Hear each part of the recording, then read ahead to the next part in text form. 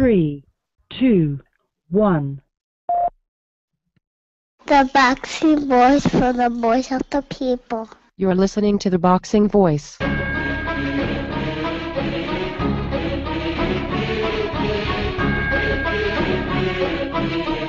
It's showtime! Welcome back, boxing fans. Blood is good. Entire face, a mask of blood. Blood is emotion. Too much blood coming out of the eye. Blood is a story, a drama. Deep gas, blood pouring right into his eye. Blood is what we want to see in terms of passion. Blood streaming now from the cut in the eye, the nose, his mouth, his cheeks swollen, and he's still crawling. What we want is a bloody good fight tonight. We have Heather, the Heat Hardy. Is this you? This is me. I think I need to talk to you every night because you make me smile and blush over here. Never been a lame-o, never been a lame-o. Yeah, I love you, trick. I'm okay. You're serious? You're serious? And that's the good thing about UK. That's why I can't hate on them guys, man. They love fucking boxing. No fighters in England. They all bums. Did you hear what this idiot just said? Yo, son, you're gonna get your ass beat by Molina, son. Are you fucking kidding me? He's overrated. Do some pushes for me right now. For the interview? Yes. Let those gifted hands go. Get out of here, Virgil. Go home. What next? You want the famous one to be? You not even honest? You want the famous one to be? BoxingVoice.com. This is why we use the word sensation.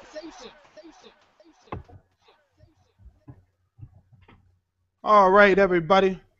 Welcome back to another edition of the Boxing Voice, man.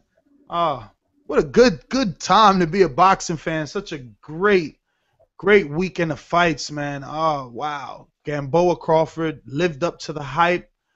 Man, before we get into all that, I definitely want to give a few shout-outs to, let me see. I actually got a few reviews we need to read on there too, man. You know, a couple of people took the time out to review us, so we got to get to that. Also, of course, the sponsors, Audible. You know, we got a list of about 7 people that signed up, so we want to thank those 7. Unfortunately, we do not get your name so that we can shout you out, but I know that it was about 7 people that signed up, and while that's not the best, that's something. At least some of you guys are definitely, you know, heading over to the Boxing Voice and clicking an affiliate / sponsors page and using the Audible banner there that we have and taking advantage of that 30-day free trial with Audible and picking up, you know, one of the many titles that they have, over 150,000. And, you know, at the same time supporting your favorite podcasts. Oh, man. I can't find the names of you guys for these PayPal things, but remember that I know I got it already, so you know you're gonna get your credit, and we're gonna put you in the runnings for the Canelo Alvarez glove. Actually, boom, got it. Dave Marsh. Oh, actually, Dave Marsh is a funny one. I think he bet himself, Beeb, that I guess he figured I was gonna try and spin the Garcia Salka fight. So he bet himself, like, if Ness spins this somehow, you know, if he doesn't spin it, rather, then he would create a donation subscription, because he just automatically assumed, because I'm such a Garcia fan, I was going to look for the spin and, you know, put the shoe shine on it. But nah, man, it's a horrible fight. But shout out to Dave Marsh and James Pinheiro. Oh, I don't know, brother, but James. And also Chaz. And I believe, oh yes, and Andre, we already know you. Andre's the one that won the last glove, so he's at it again. He went in hard this time, but all right, now that we got that out the way, of course, last but not least, fast break bail bonds. If you're ever in a jam, you or a family member get tied up and you need a bondsman, these guys do payment plans as low as 1%, and it's the only call you're going to need. It's your freedom call, 497-7000, and that's 973-497-7000. All right, damn, I forgot the chat room again. Beeb is not there to help, guys. You see? My fault. Loves the chat. I'm just listening to what you got to say, man. You are really captivating today, baby. Well, let's see if we can't captivate a bunch of listeners here and get some interaction on this wonderful weekend of fights. Call us up at 646-478-3068. If you can't call in for whatever reason, tweet some questions at the Boxing Voice. You should be following us as it is. So let's start off. Oh, actually, Beeb, let's just jump into the meat and potatoes of this show. Because if Vic or James or Mario come on a little later, maybe we could come back and touch on the rest of the weekend fights. But everybody's here for this HBO main event with Terence Crawford versus Yuriorkis Gamboa. Now, from the beginning, I was shocked at how packed that place was. Now, we know that this stadium holds 18,000, but they scaled it back down for 8, and all throughout the week, they were telling us that they were going to open up for more. And at one point, Max Kellerman said there was 10,000, and it felt like it was 12,000. Let me check if we got I don't think we have the numbers on that yet, but do you remember I don't know if you watched any post-fight press conference videos and got the official attendance? They were saying that it was sold out, but I just heard Max Kellerman say that it was reported at like 10 and change, but it looked more like 12. So I don't know exactly how much they scaled the seats back and then they expanded them, as you said. I don't know what the expanded number was. Was the expanded number 12 or was it 10? Because Max Kellerman led me to believe, and I don't know if this is true or not, that it was packed. It was sold out. And it looked like a real rocking crowd there too, man. I don't like really going to live fights, but I kind of would want to be part of that environment and that atmosphere. It looked great, man. That looked like a party type atmosphere, man. I'm kind of like jealous of Vic. Yeah, it was definitely live in there, but getting right into it, first round took off.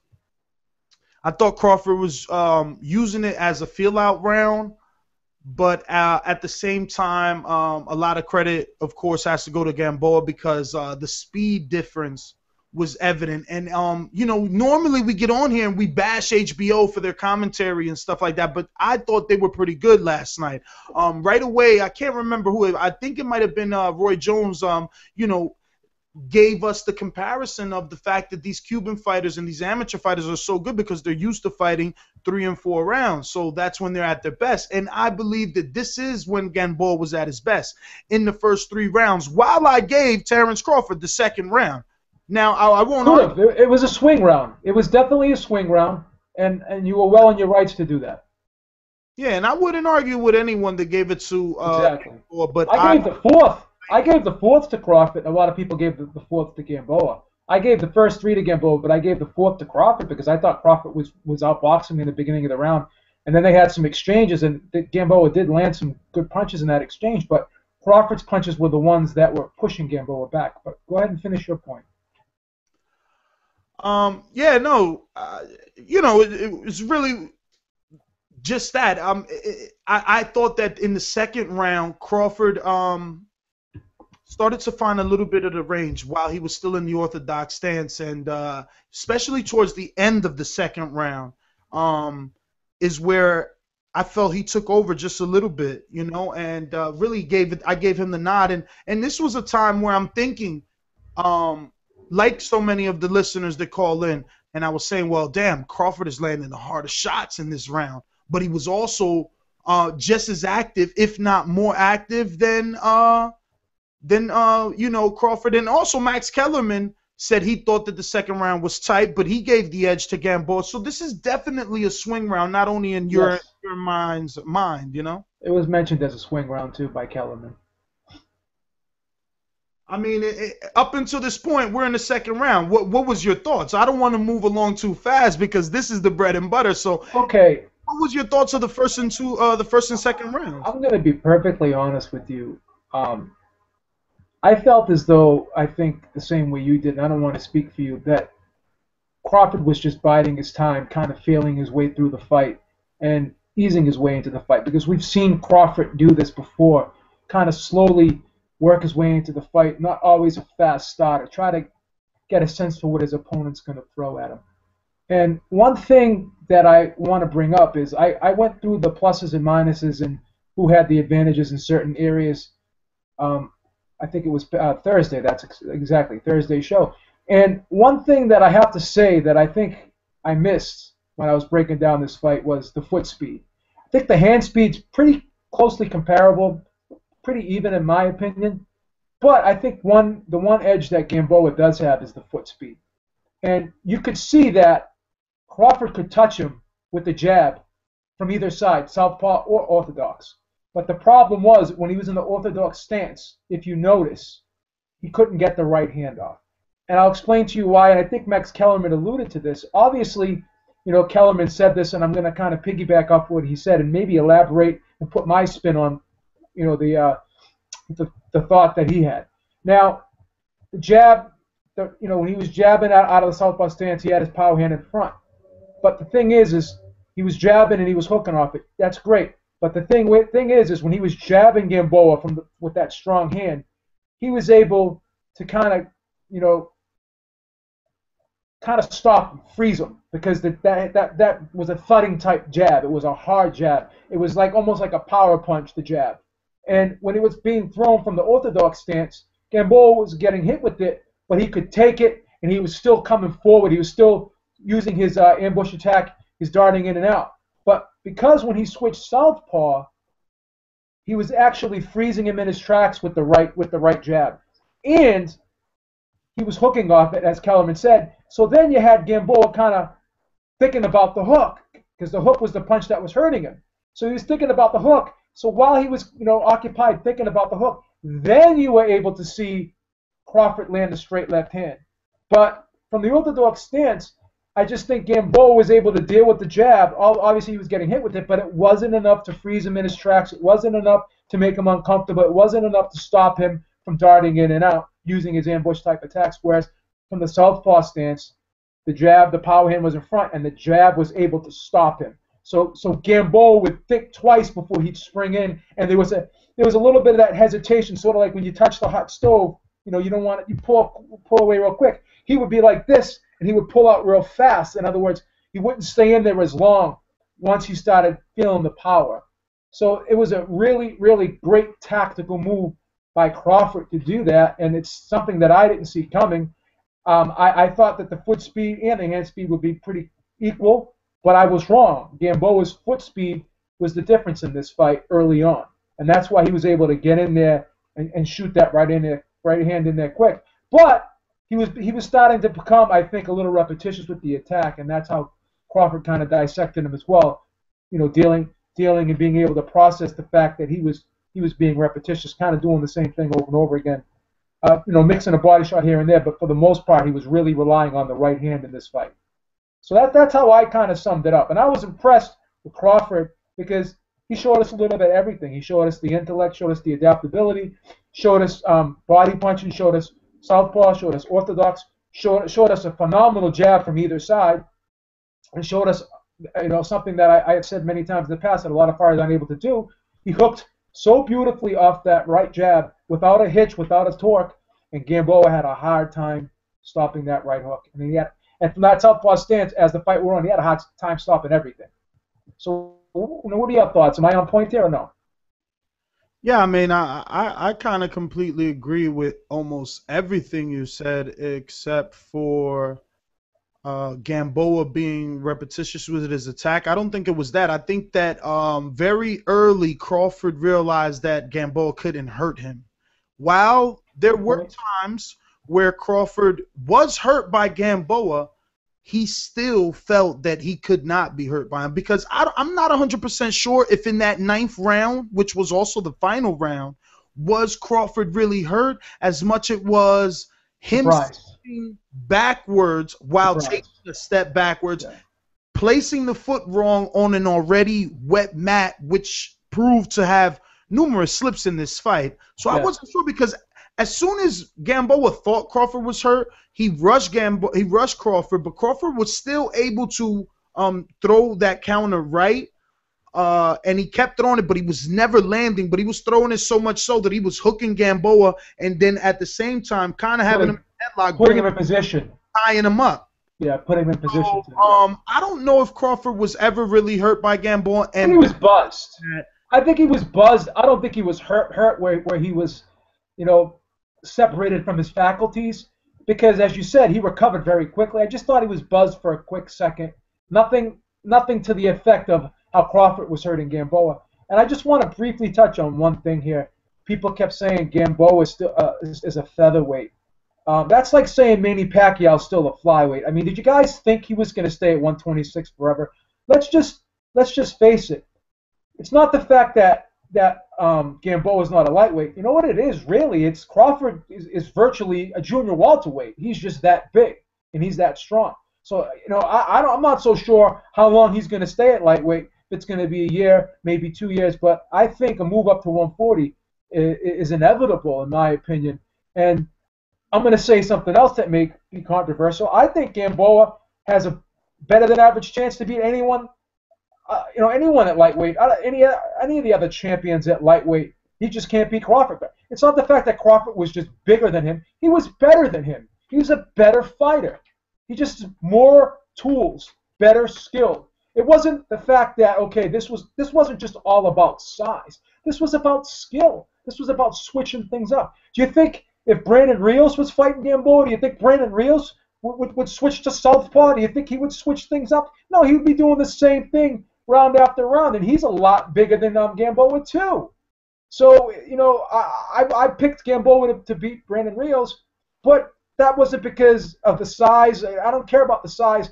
The size means something, but I think people overstate size in this sport. I mean, a weight class here and there is not something substantial in my opinion. We've seen guys move up in weight several times. It's not like you're having a guy move up to 154 to 168. That's a jump. But if a guy's moving up to 154 to 160, we're just like Gamboa, 130 to 135. I mean, look at Gamboa at the weigh-in and look at Gamboa in the ring. He was shredded to the bone. So if he's shredded to the bone at 135, I think he stepped into the ring at about 145, 147 or whatever, he's still shredded to the bone. You really think he could be a 126-pounder? Oh, he just beat a featherweight. That is ludicrous. It's ludicrous. Well, I don't know, B. I disagree with you again. I think that Gamboa absolutely needs to get out of that division. I disagree. But I think it's not in his. It's not up to him. I think he's too big, but for his own good, rather, because he's forced to be in that division where he's just clearly too small. He's just too small. I feel that Mikey Garcia would have done the same thing, if not. Probably, well, no, I don't know. I don't think that Mikey could have done it any better than what Crawford did. You don't think that Gamboa can beat?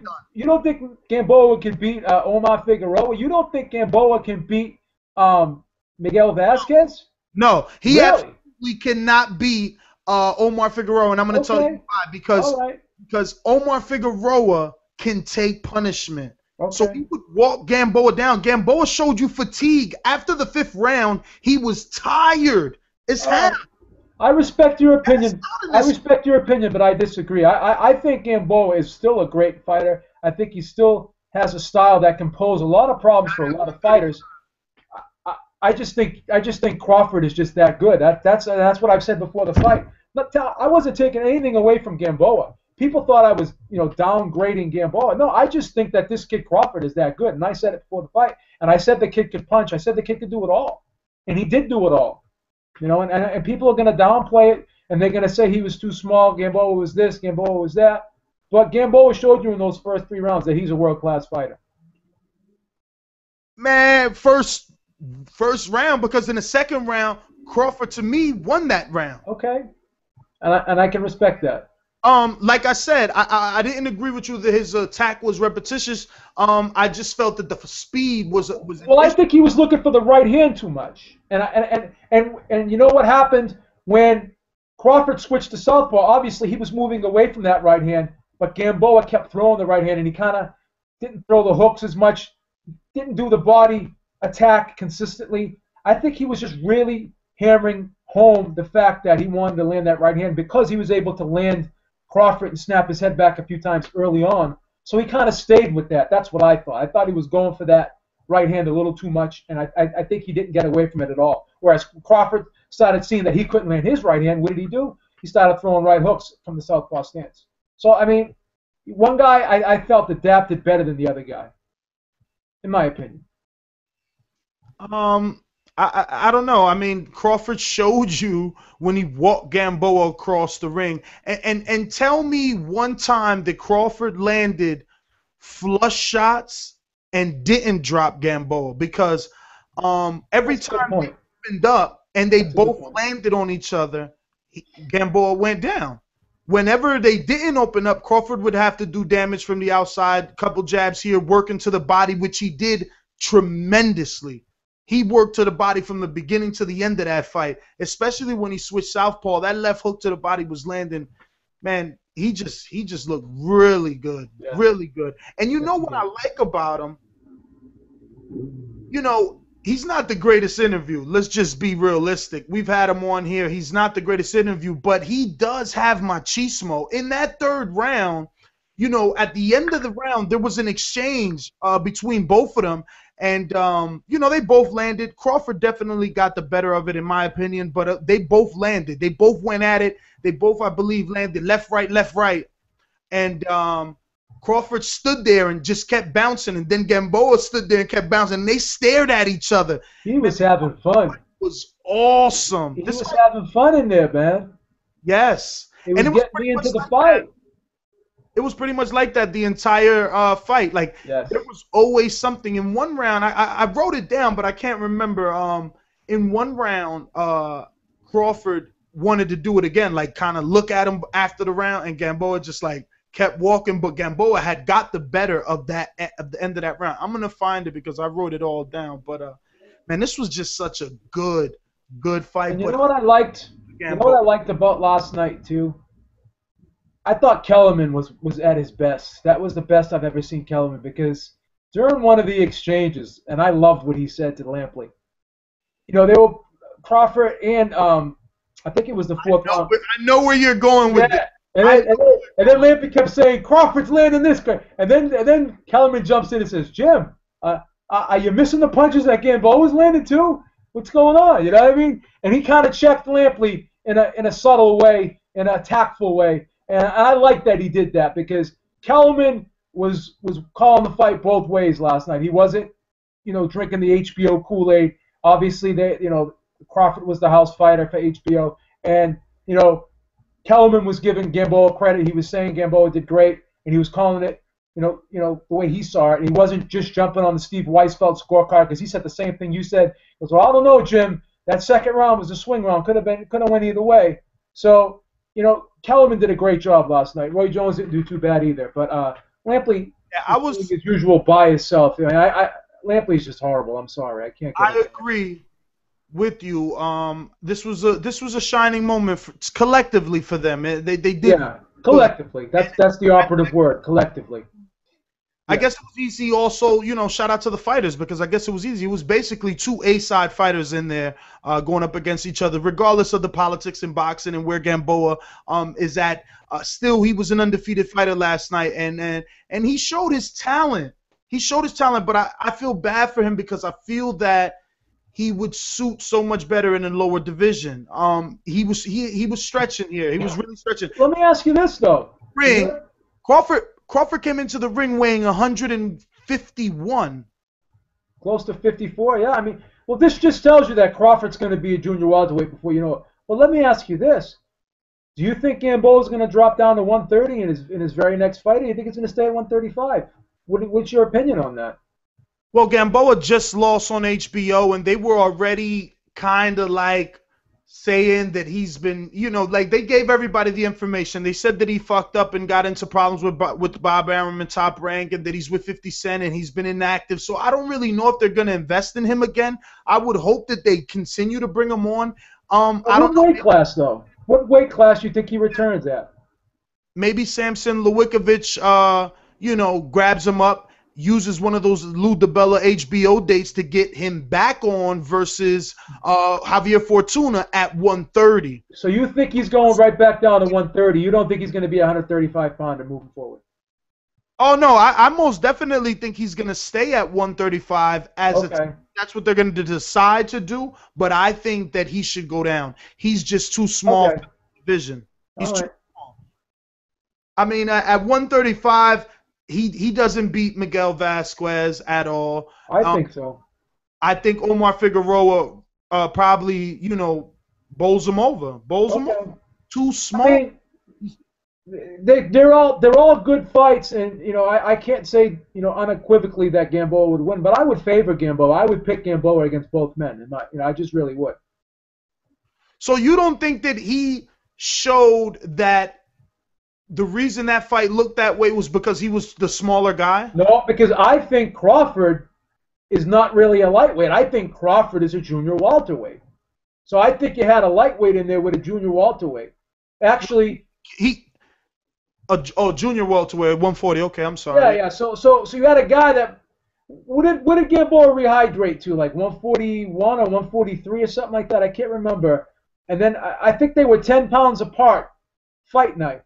So most lightweights they don't go up to 154 or 151. They usually go up to like 147, 145 on fight night. So by him going up to 151 or 152 or whatever it was, he was a junior middleweight fighting a welterweight, basically.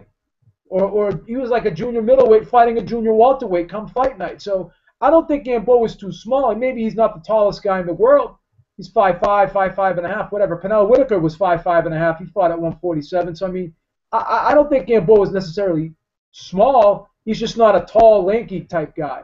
But as I said, I just think that Crawford is really too big for lightweight. He was taking those body shots, and by the 5th round, he was done.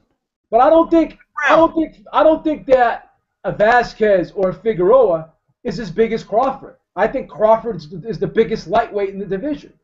Well, that's where you're wrong then, because Figueroa is bigger than Crawford. Really?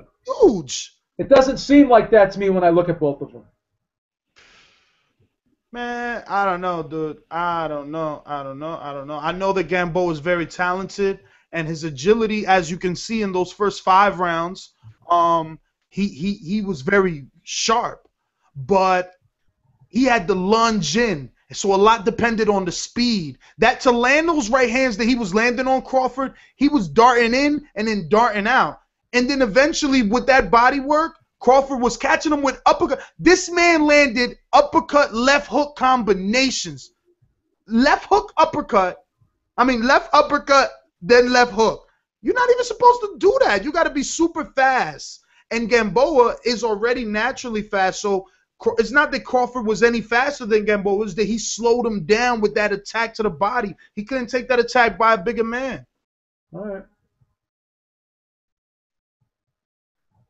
right. I just think that Gamboa is a lot faster than Omar Figueroa, and I think he's faster than Miguel Vasquez. And I think let me ask you this, because let's get into that then. Do you think that he can be fast enough for 12 rounds of Omar Figueroa? And remember, Omar Figueroa just comes forward. He comes forward and he digs to the body all night. Doesn't matter who hits him, he's coming to you. I mean, granted, we're assuming that this hypothetical fight takes place at 135 with Omar Figueroa's hands being good, because after the Arakawa fight, we don't know. That's just a full disclaimer. Yeah, but if he's getting hit and his face is getting busted up by guys who are much lesser than Gamboa, Gamboa is a very heavy-handed guy when he wants to be. We saw him hurt Crawford in that 9th round. So if he's able to land that 1 or 2 or 3 of those in a combination against a Figueroa, I mean, he could bust Figueroa's face up to the point where they would stop the fight, in my opinion, because he's just that quick and quick, and he's heavy-handed and he's accurate with those punches. That's how I see it. You convinced me with that. You convinced me. That is a huge possibility. Figueroa does bleed, and he is gonna be in a Gamboa. He's starting to look sharp-worn to me too. You know what I'm saying? he's starting to wear down. Because you can only have that, like Brandon Rios is starting to look sharp one. You know, these types of guys who fight that way, they don't have long shelf lives. And Gamboa has not taken a lot of punishment in his career. Yeah, he's gotten hit with some flash knockdowns, but he's never really been hurt like he's been hurt last night. I've never seen him hurt like that. Never. Well, B, let's take it out to the streets. We burned it up for half an hour. Let's get to some of these callers. I do want to say that after last night, Terence Crawford proved that he's a star. I hope that they continue to showcase him. Well, he definitely is not a boring fighter, or he wasn't boring last night. Yeah, I hope MV2 calls in and eats some crow on everything that he said about Crawford. Really needs to. I hope that they continue to bring fights to Nebraska because that looked like a very nice. Oh, that was a party atmosphere, man. That looked awesome. That looked awesome. I am most definitely looking for That nigga? Is this the illest nigga in Nebraska? Is you got it, fool? more and more of Terence Crawford. You know, and I believe he's gonna call in. I will find him. So 757. You're live on the This boxing. the illest nigga in Nebraska. Yeah. Yeah, man. This Antonio from Virginia. Man. First of all, let's just say this. That was a good fight. That was a fight that had you on your feet. We was excited. It caught me off guard to start the fight. Y'all hit on a lot of points that I was thinking about, but I'm gonna just go to some other points. Antonio. Two things. Yeah. To be fair, I ain't even talk about a lot. I only talked about the first, second round, and the ninth. But I took a lot of notes because there was he did some marvelous things in this ring. Like he showed some vulnerabilities because he did get hit, but there's a lot more that I want to talk about. So don't think that's all I got. Oh, okay, but because I'm gonna keep it 100. I mean, it was a good performance, great show. I mean, that was a good fight. We all enjoyed ourselves. I'm pretty sure about that. It was a night and day fight. First 4-5 rounds, Gamboa was speed and footwork was coming through. He was able to get in, laying clean shots. Look, Crawford was, trying to fill him out, but at the same time, you could tell he was, getting showed up in his hometown. Gamboa looked good. I was surprised at the foot speed. I was thinking, wow, another short guy with quicker hands / foot speed gonna beat the bigger guy. But I think two things played a part in the changing of the fight. I heard some of the things B said. Two of the things I thought was a big difference in what changed the fight. Gamboa started headhunting. When the fight started, he was going to the body, then going up top, then going to the body. But once he started catching Crawford cleanly up top, he just stopped going to the body. Then you got Crawford. I think mentality-wise, he came out, okay, I'm going to keep my distance, and I'm going to fill him out, and then, I'm going to kind of break him down systematically. But what he wasn't doing was taking that step backwards. Once he started taking that step in the head backwards as Gamboa was coming in, everything went to shit for Gamboa. He started just catching him coming in. I mean, that was his number one offense and defense. He would take the step back as Gamboa was lunging in. He wasn't doing it in the first couple of rounds. Then he started taking that step in the head back. Gamboa come in, he hit him with ones, twos, and every time he hit him on the chin, man, Gamboa was turning the noodles. I mean, it was a night and day fight. First 4-5 rounds, you could say he was edging the Gamboa. After that, Crawford started wrecking house. I disagree with Beef. Size plays a big difference. I don't understand what he mean by size don't play difference. Rios was fighting. Okay, Rios is a totally different fighter. We're talking about guys with a certain skill set fighting each other at a high level. If Crawford was the same exact height and weight as Gamboa, that would be a totally different fight to me. But I'm not gonna get on that at this point. Crawford put on a good performance, good show, but he took a lot of flesh shots. He did get wobbled by Gamboa, who probably is best at 130 or 126. I mean, now wait, Antonio, hold on. He could never make 126 ever again in his life at this point right now. Impossible. It's your opinion.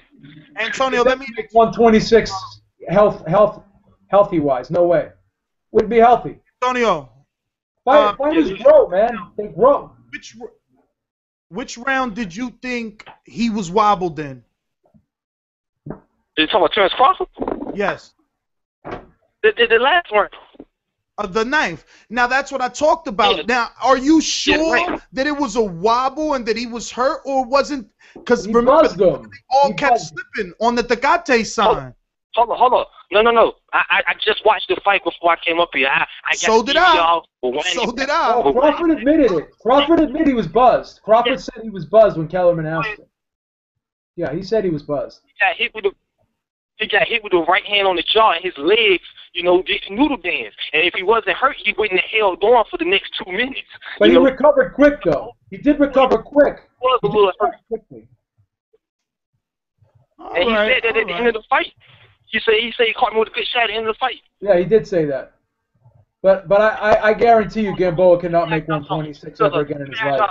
Because a lot of people going to come on this show and they're going to go next.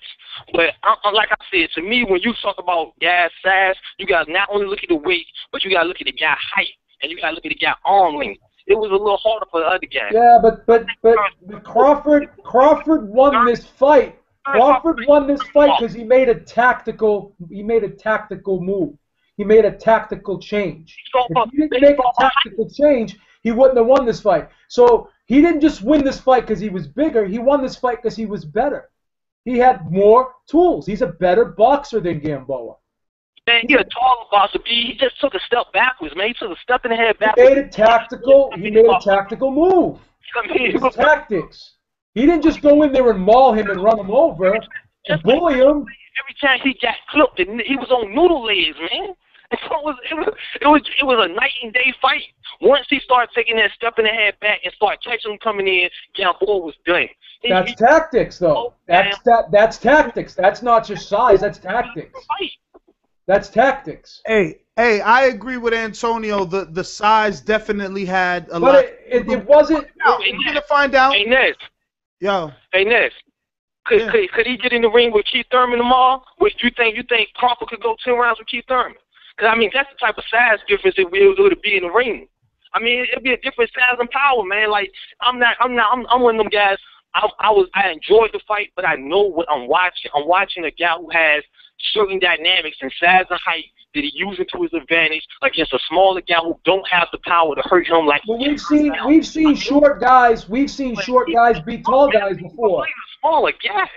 We've seen short guys beat tall guys before. Miguel Cotto was smaller than Sergio Martinez. How'd he beat him? How did Roy Jones beat Johnny Ruiz? That doesn't mean how did Mike Tyson beat Tony Tucker? He was smaller too. Coming in lunging, he take a step in the head back. The shorter man trying to get him with the arm. Okay, because Gamboa has that one style. Okay, he has that one style. I think Gamboa could beat Brandon Rios, and Brandon Rios is a much bigger fighter than Gamboa. Man, hell no, man. Gamboa can't hurt Rios. How's he gonna keep him off of him? If they fought at 140, I think Gamboa would beat him. That's just my opinion. At 140. Yup. Yup. Let me get to just like I was crazy when I said Cotto would beat Martinez. Oh, he's too small. He's too small. And that motherfucking small dude beat the shit out of the big dude. It ain't all. You guys put too much on size. It's a skill sport, man. Don't downplay the skill of the sport. It's not just fucking size. I'm gonna run the other guy over. How the fuck did Sugar Ray Robinson beat bigger guys than him? We've seen guys that were small beat big guys. It's not nothing new in the sport. It's not like, okay, this guy made a tactical change in his game plan. He switched things up because he was losing the fight. He lost the first 3 rounds, and he made a tactical change. He started moving away from Gamboa's right hand out of the southpaw stance. He made a tactical move. And Gamboa still hurt him in the 9th round. So, I mean, the power, everyone was saying before the fight that Gamboa was a hotter hitter than Crawford. So now all of a sudden he's too small. I mean, dude, the fact of the matter is Gamboa can fight at this. Gamboa is not too small for this weight class, in my opinion.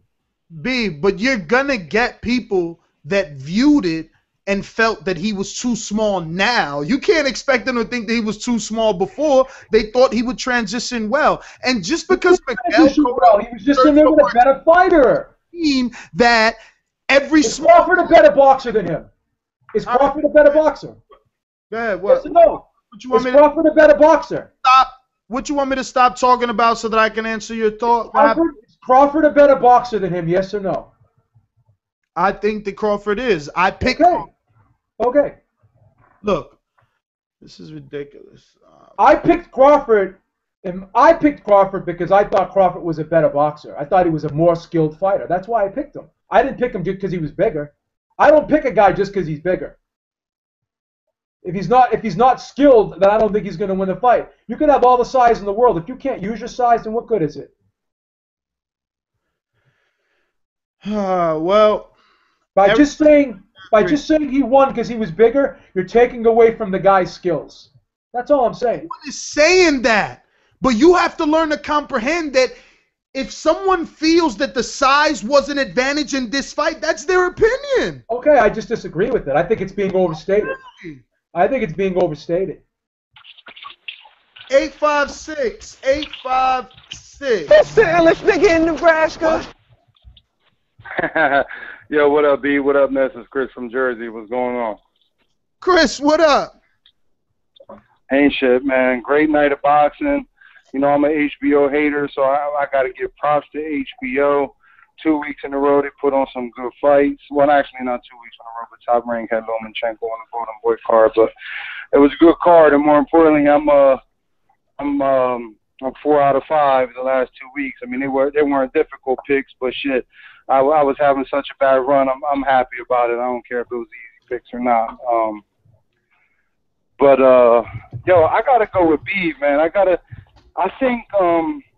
think Gamboa, man. I think Gamboa, truth be told, is arguably the most naturally gifted fighter in boxing. I know that's a bold statement, but the dude's natural ability, man, like his speed, the way he's able to move, he gets away with doing a lot of dumb shit. And that was my prediction. I actually said that, that Gamboa does a lot of amateur shit. Crawford was technically sound. I actually thought it was going to go to distance. So my prediction was a couple of knockdowns and then a unanimous decision. But I'm with B, man.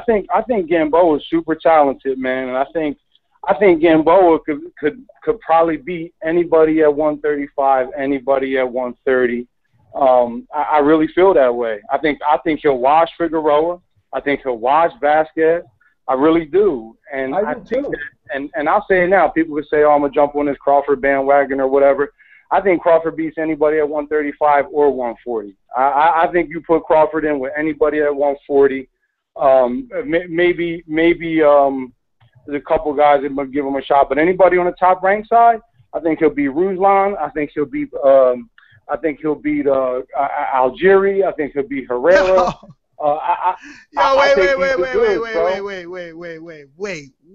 Wait. It's his opinion, right? He can have his opinion. Ruslan? Absolutely, I do, man. Crawford is the goods, man. The kick of fight. I'm sorry, Chris. I thought you thought Gamboa would beat Ruslan. No, sir. Okay. No, sir. Oh, okay. No, I think Crawford. What was that? I said that's what I get for interrupting. My bad. No. It's all good. Yeah, man. I think Crawford can fight, and even again, like you guys were saying in the beginning of the fight, where a lot of people I've seen on Twitter, and my brother, a couple of people I was watching the fight with, a lot of people had like a straight shutout. I even think the first round could have been a swing round. I mean, even according to CompuBox, I think it was like 7 punches to 4 landed, even though I really don't go by that. But the first 4 rounds was even close. And again, I gave the fourth to Crawford anyway. But that's what I did. I think that Gamboa again is so fast, and he's just such a naturally gifted fighter that I think he's going to give anybody problems, man. I think he beats a lot of guys down there, and I'm saying it now. So everybody could say, oh, you're going crazy for Crawford, you're going to jump on the hype train. I thought this already. Okay, for his last 3 fights, The kid showed a level of poise, a level of skill, and he does the right things. And mind you, this would have been look at what Gamboa did. I mean, compared to Crawford, right? When Gamboa got hurt, he's just stuck in he has too much heart, and he's stuck in almost an amateur state of mind when this guy is like out on his legs. He has no sense to hold, no sense to take a knee. He just wildly is trying to bang when he's almost out on his feet. You understand what I'm saying? So too much. I too much machismo. What's that? Too much it's machismo. Too much. It's too much. Whether you think that Crawford got hurt in that 9th round or not, and I personally think he did. Look at what he did. He had the presence of mind. He just tied the Gamboa up, just kept wrapping them up until he got composed himself. I don't even think he was that hurt anyway. I think he was a little bit hurt, but it's a complete difference. Gamboa is hurt, and while he's hurt, he got his hands down by his side. He ain't even covering them. Not only is he throwing haymakers wildly, he's not even protecting himself. But I think that Gamboa, man, is nothing to sleep on. It was a good performance by him for me, even though he got knocked out in the 9th round.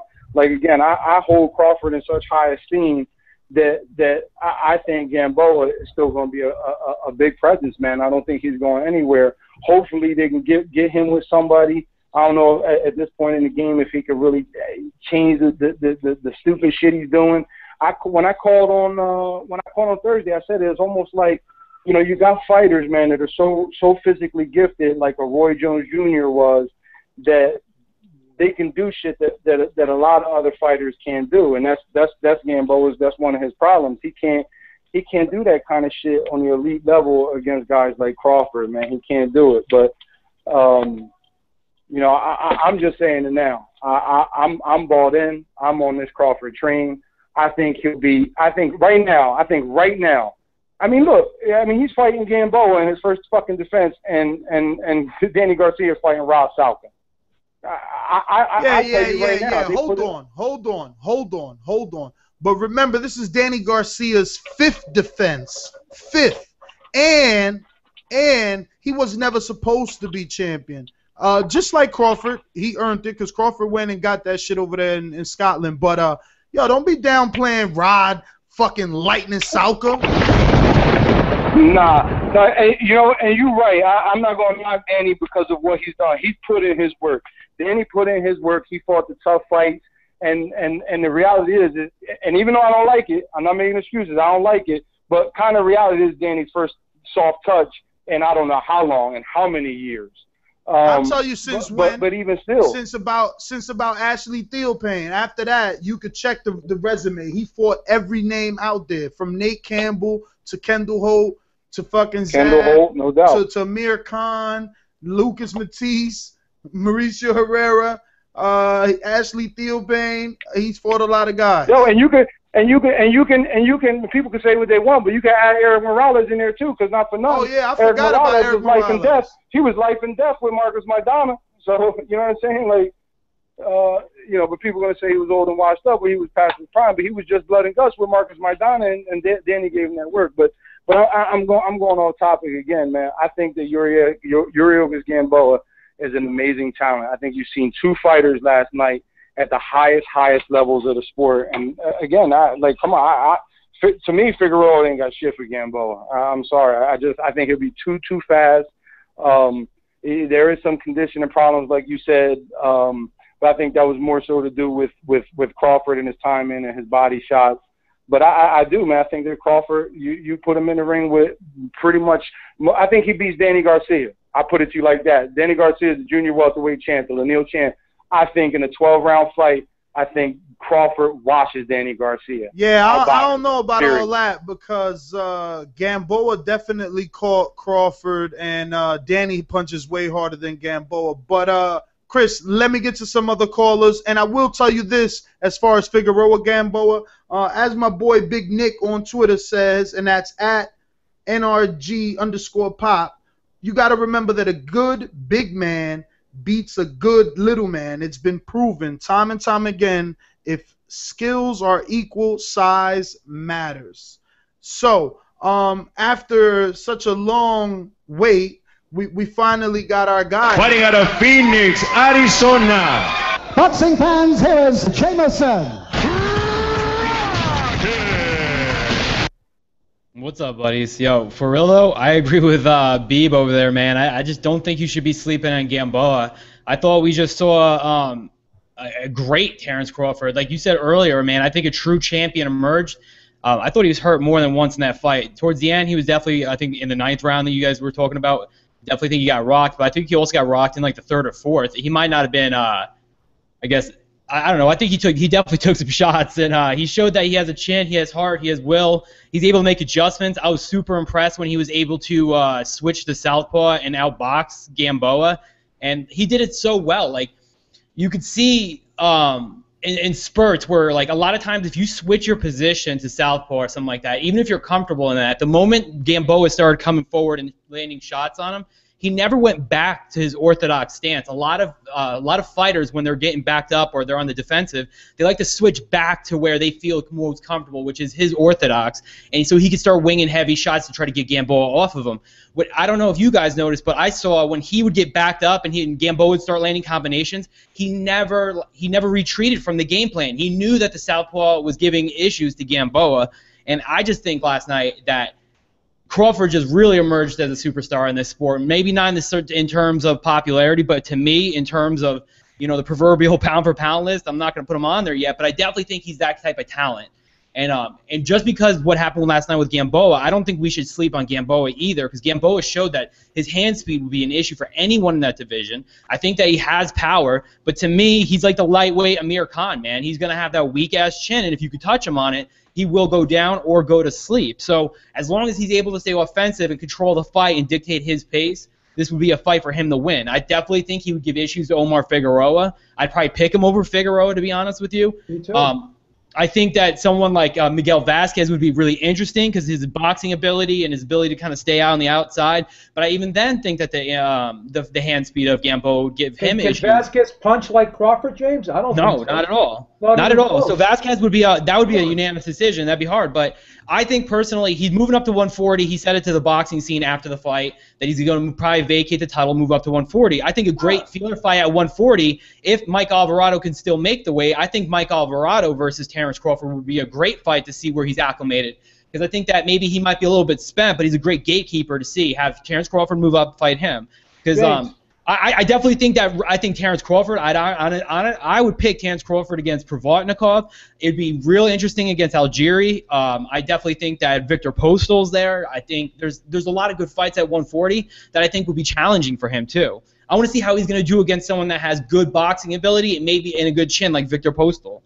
Someone like that. I don't know. Do you think he won this fight on size, or do you think he won this fight because he made tactical adjustments? Tactical adjustments. Thank you. I definitely think that his power came into play, obviously, because he knocked out Gamboa, and he definitely showed that he has a good punch.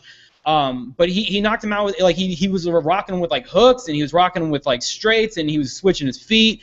Then he would come out in the beginning of the round to see how he would do in his orthodox stance, and then he would realize that he's getting touched up again. Then he'd switch back to southpaw. He was confusing Gamboa, and Gamboa couldn't tell where the punches were coming from. That's why he was getting hurt so bad, because he was throwing feints. Then he had Gamboa looking for the right hook. Then he was sneaking the straight left down there. He had Gamboa guessing the second. After the 3rd round, from the 4th round on, he had Gamboa guessing, and Gamboa could not figure him out.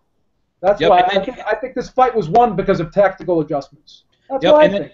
Earlier in the fight too, it seemed like Gamboa was getting. With you guys, and only because, to me, like Antonio said, whenever Crawford actually got the opportunity to land two punches, more than one punch, Gamboa showed immediate signs of the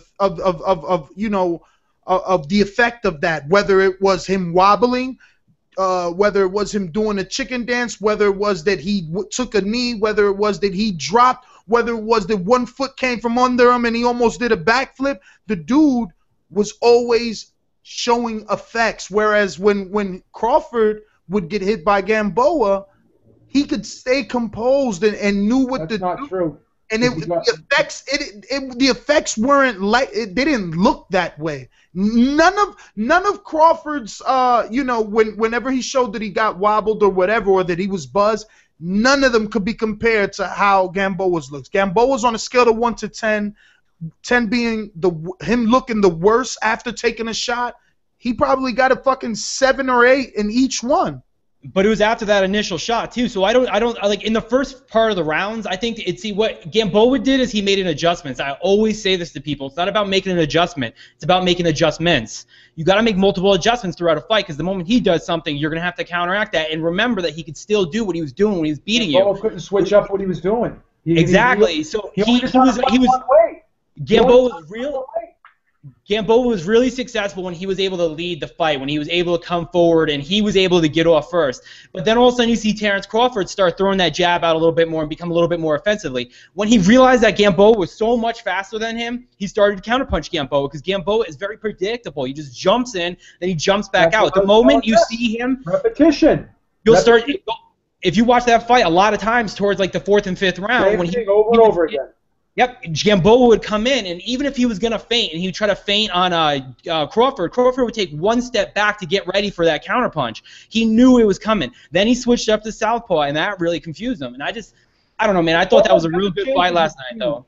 He never changes the speed of his attacks. He never kind of staggers his way in there and kind of slides in subtly. He's always in and out, in and out, in and out, in and out, over and over again. There's nothing subtle about it. There's no variation to it. There's no switching up speeds. Crawford switched up so much in this fight. And again, you could sit there and say Gamboa is a featherweight, which is bullshit. No, it's the fact that Crawford is a junior welterweight. That's what I think. The easiest way to compare what Gamboa was last night is if we got to take it to another type of sport. If you talk about baseball, Gamboa can only throw fastballs. So if you can't hit the fastball, then he's going to beat you. But if you're able to adjust and hit that fastball, you're going to knock a home run now, because he's running right into your punches. Terence Crawford's throwing the curveball, the knuckleball. He's doing the slider. He's doing everything. He knows how to confuse you, and that's the easiest way to beat a fighter like that. Gamboa had one speed, and he was incredibly fast. But even then, when you catch up and you figure out that he comes in fast, you make a quick adjustment on your timing, and then you get him every time he comes in. And that's fighters that have that style. He would start getting hit. He would start backing up. Then Crawford would jump on him. I was also impressed last night that if you watch the replays, he would hit Gamboa. Within seconds, he knew he got Gamboa hurt. A lot of times fighters hit him, and then they kind of sit back and they bask in their own glory because they just got you with the real good shot. That's my point. He knew anything he landed was going to hurt him. He just had to land flush. But look, let's take it out to the calls, because we got guys that have been on here 56 minutes, brother. That's the illest nigga in Nebraska. What? Yo, what's going on? Yo, can you all hear me good? Because we were having trouble last time. You hear me? We hear you loud and clear, Rob. All right, for sure, man. Well, this shit's crazy. I actually picked Crawford to win, man, and you guys are going to have some good debates. But I just want to start by saying, I think last night's fight, to me right now, was the fight of the year, dude. I don't know, who was it, Molina, or who was the other guy? Yeah, it's Molina versus Matisse. Everyone's talking about being the fight of the year this year. And they trying to throw Guerrero Kama guy in there. No, I'll never pick a fucking bum fight as a fucking fight of the year. No way. Well, they picked Figueroa Arakawa last year, didn't they? No, it was Bradley. It was Bradley Provodnikov. Oh, okay. Bradley Provodnikov. But anyways, man, and the reason why this one's leading the charge for me right now over that Matisse fight was because I think the skill set level, I mean, even though the other one was just far more brutal, I get the sense that Molina was maybe just a little bit more lucky in landing those rights, and he got those knockdowns. He has that power, whereas when Gamboa was landing his, he was timing them so cleanly and landing them over and over and over, and then when the fight turned, and it was amazing. That was like skill. There was just high level action. Like it was awesome to watch, man. It wasn't just a stupid ass brutal fucking This was actual, and you know, and especially considering the fact that it was a surprise because I had predicted that this fight might be a little bit more tactical and even a little bit boring at times for some viewers. And I was genuinely surprised when it turned into, you know, a fucking slugfest with multiple knockdowns and such a dramatic, conclusive ending. But yeah, man, to go with what you guys were just talking about as far as, you know, the size and versus the skill set and all, I'd have to go a little with Tony, but at the same time, I understand what Beeb is saying. But Miguel Cotto is a unique individual. He's on a legendary status. He's a first ballot Hall of Famer. What he did to Sergio Martinez is incredible, and that's going to be talked about, you know, when I have grandkids. But this fight, Gamboa was not on Miguel Cotto's level, and that size and the fact that he landed so many clean shots on Terence Crawford and did not even shake him except maybe that one shot in the ninth round, which, as Ness alluded to, may have been just a slip, because when I watched it, it seemed like he was hurt, and I was like, oh, fuck, this is insane. He's hurt. It seemed like maybe he was I feel like he wasn't necessarily on Queer Street, but he was on Bi-Curious Street, you know. He was a little stunned, but not like fully like just on noodles, you know. But he sucked it up, he got the win, and I think it was great. But I did not like how many shots he was taking versus Ruslan taking those kind of shots, especially with a fighter whose bread and butter is that same punch, that overhand right. Yeah, I mean, that's asking for trouble. I don't think Terence Crawford can hang with someone like that. But do I think, you know, he did good last night? Yeah. And so, to get to my point, the size was a factor. For Gamboa, his power didn't quite carry up as strong into the lightweight division as it did at featherweight. So, you know, I think I credit it more to Terence Crawford's skills and his adjustments than the size differential. But when he found out that Gamboa couldn't hurt him, he definitely put the pedal to the metal and got the job done. And it was a sensational fight, and I was really looking forward to a 50-50 fight on paper, a competitive matchup, and it turned out to be spectacular. That's really what we want as boxing fans, not, you know, what Showtime has been doing, which is, hey, we're getting good fights. Well, you're getting lucky, because Guerrero shouldn't be struggling against a fucking bum that no one's ever heard of.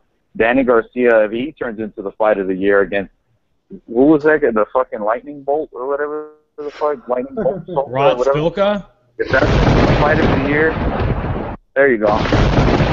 If that turns into a fight of the year, it's because it's fucking bullshit and it shouldn't happen. But this was a competitive matchup that ended up great, and I'm really happy for it, man. It ended up being awesome, even though that undercard was bumming me out, and Terence Crawford's family was awesome in the crowd dancing with that one big girl with that bright ass dress. Did you guys see that? That was insane. Yeah. It was like they're at church, man. They were it was praising a party Crawford. atmosphere, man. I was feeling it last night, man. Definitely. Yo, they felt the Holy Spirit. Had a good time. Yo, but am I the only? It was awesome. Rob, I can't believe you don't think that he was hurt more than just the ninth round. Am I the only one that thinks that he was hurt a little bit earlier in the fight? I think he was stunned. I don't think he was necessarily incapacitated. I just think he was buzzed and stunned a few times. Gamboa had a decent punch last night. I just think that Crawford hit harder. I think his punches were kind of just coming in succession. Like, they were just so quick, so he would get hit with like a jab, and then all of a sudden he would get hit with a flush cross. So I think that it was enough speed to have a power behind the punch. But I think, like, again, I don't know. I don't want to downplay Gamboa because I still think he's real good in that division. Crawford was just setting up the shots beautifully. You know, he's hitting him with shots that he wasn't expecting, that he didn't see coming. He couldn't time that right hook. You know, he was hitting him in a blind spot a lot of times. So it just, again, you know, I attribute it a lot to the skill. I just really do. And obviously, I after seeing what I saw last night, I could say that Crawford is probably a harder puncher. But I said that before the fight, and a lot of people said I was wrong. So, I mean, that's not to say that Gamboa still can't punch. Gamboa is still heavy-handed. I mean, he did hurt him a few times, not as much as Crawford hurt him. But it wasn't to the fact. I just think that he couldn't do the same things that Crawford was doing because Crawford could pick up on what he was doing. He could read him better. He was making adjustments, whereas Gamboa couldn't see what was going on. He couldn't deal with what was in front of him. He couldn't time the offense. He couldn't figure out the punch sequences. I said something last night too because I was watching with my friend Eddie, and I was telling him, dude, I'm gonna watch this fight over and over and over again because look at this fucking adjustment that just happened. It's amazing. And when I saw, because what I saw was that Crawford would try to block Gamboa straight right. He would drop his left, and that's why he ended up turning the southpaw because he would keep dropping and get caught with that looping shot. And when he made that adjustment, I was like, oh, my God, this is about to be epic. And it turned out to be. And that's when he caught Gamboa. And Gamboa, once he was completely, stunned and hurt, his instinct was to fire back. And he knew that he had been landing that right hand. So he kept going for it.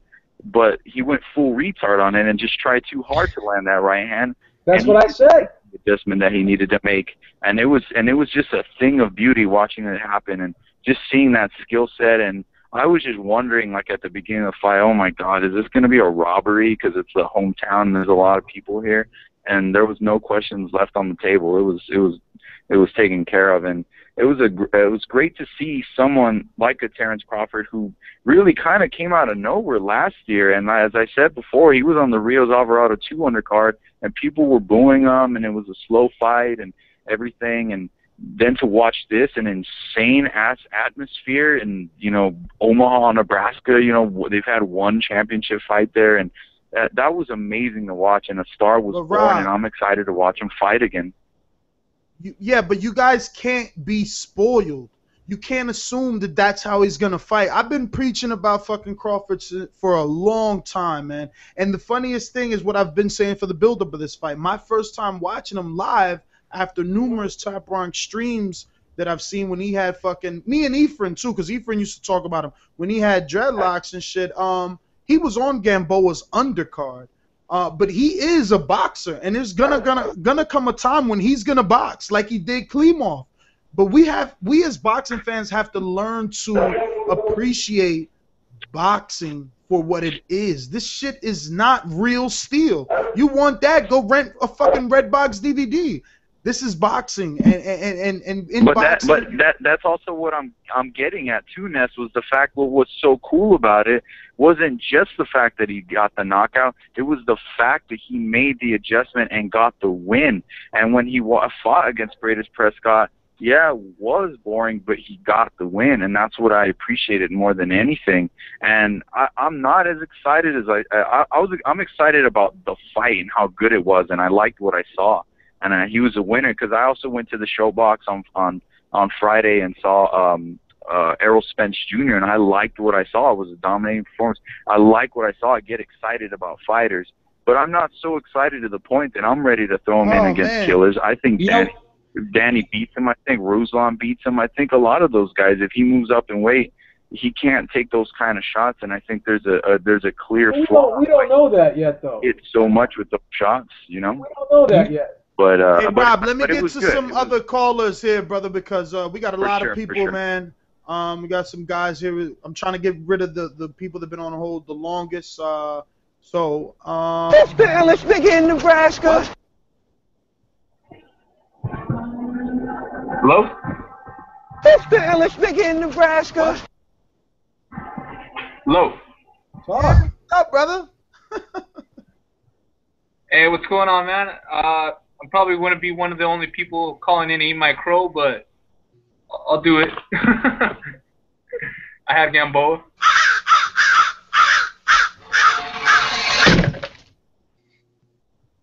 Hey, man, but I got one thing to say about the whole weight thing.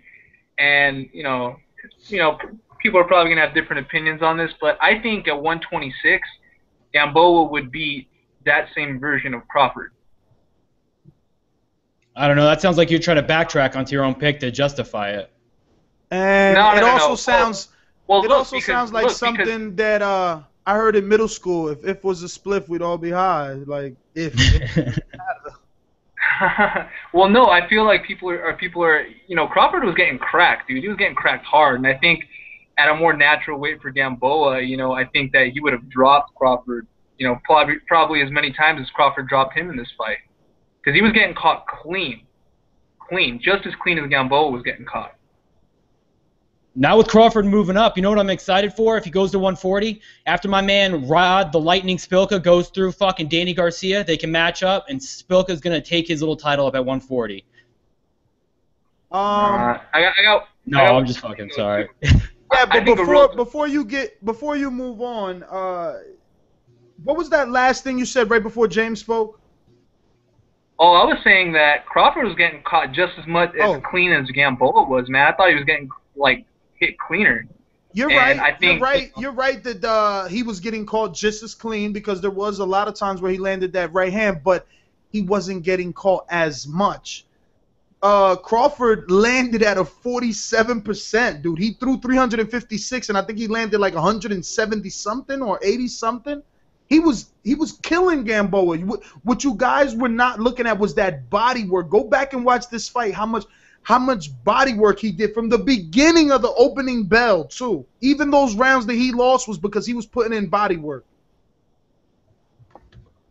Yeah, I mean, I get. But anyways, I'll move on to my next point. We could argue that for days, but I think a good fight for Crawford at 140 would be Postal, man. I think it's a good fight entering the division. I think it's a competitive fight, and it's just it'll give us a better idea of how he can deal with some length and deal with somebody his own size, and I think it's just a good fight overall.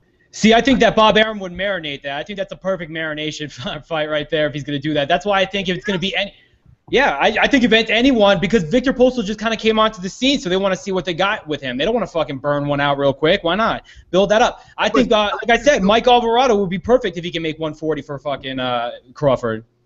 Yeah, but James, he's not going to build a fan base, so what are you marinating?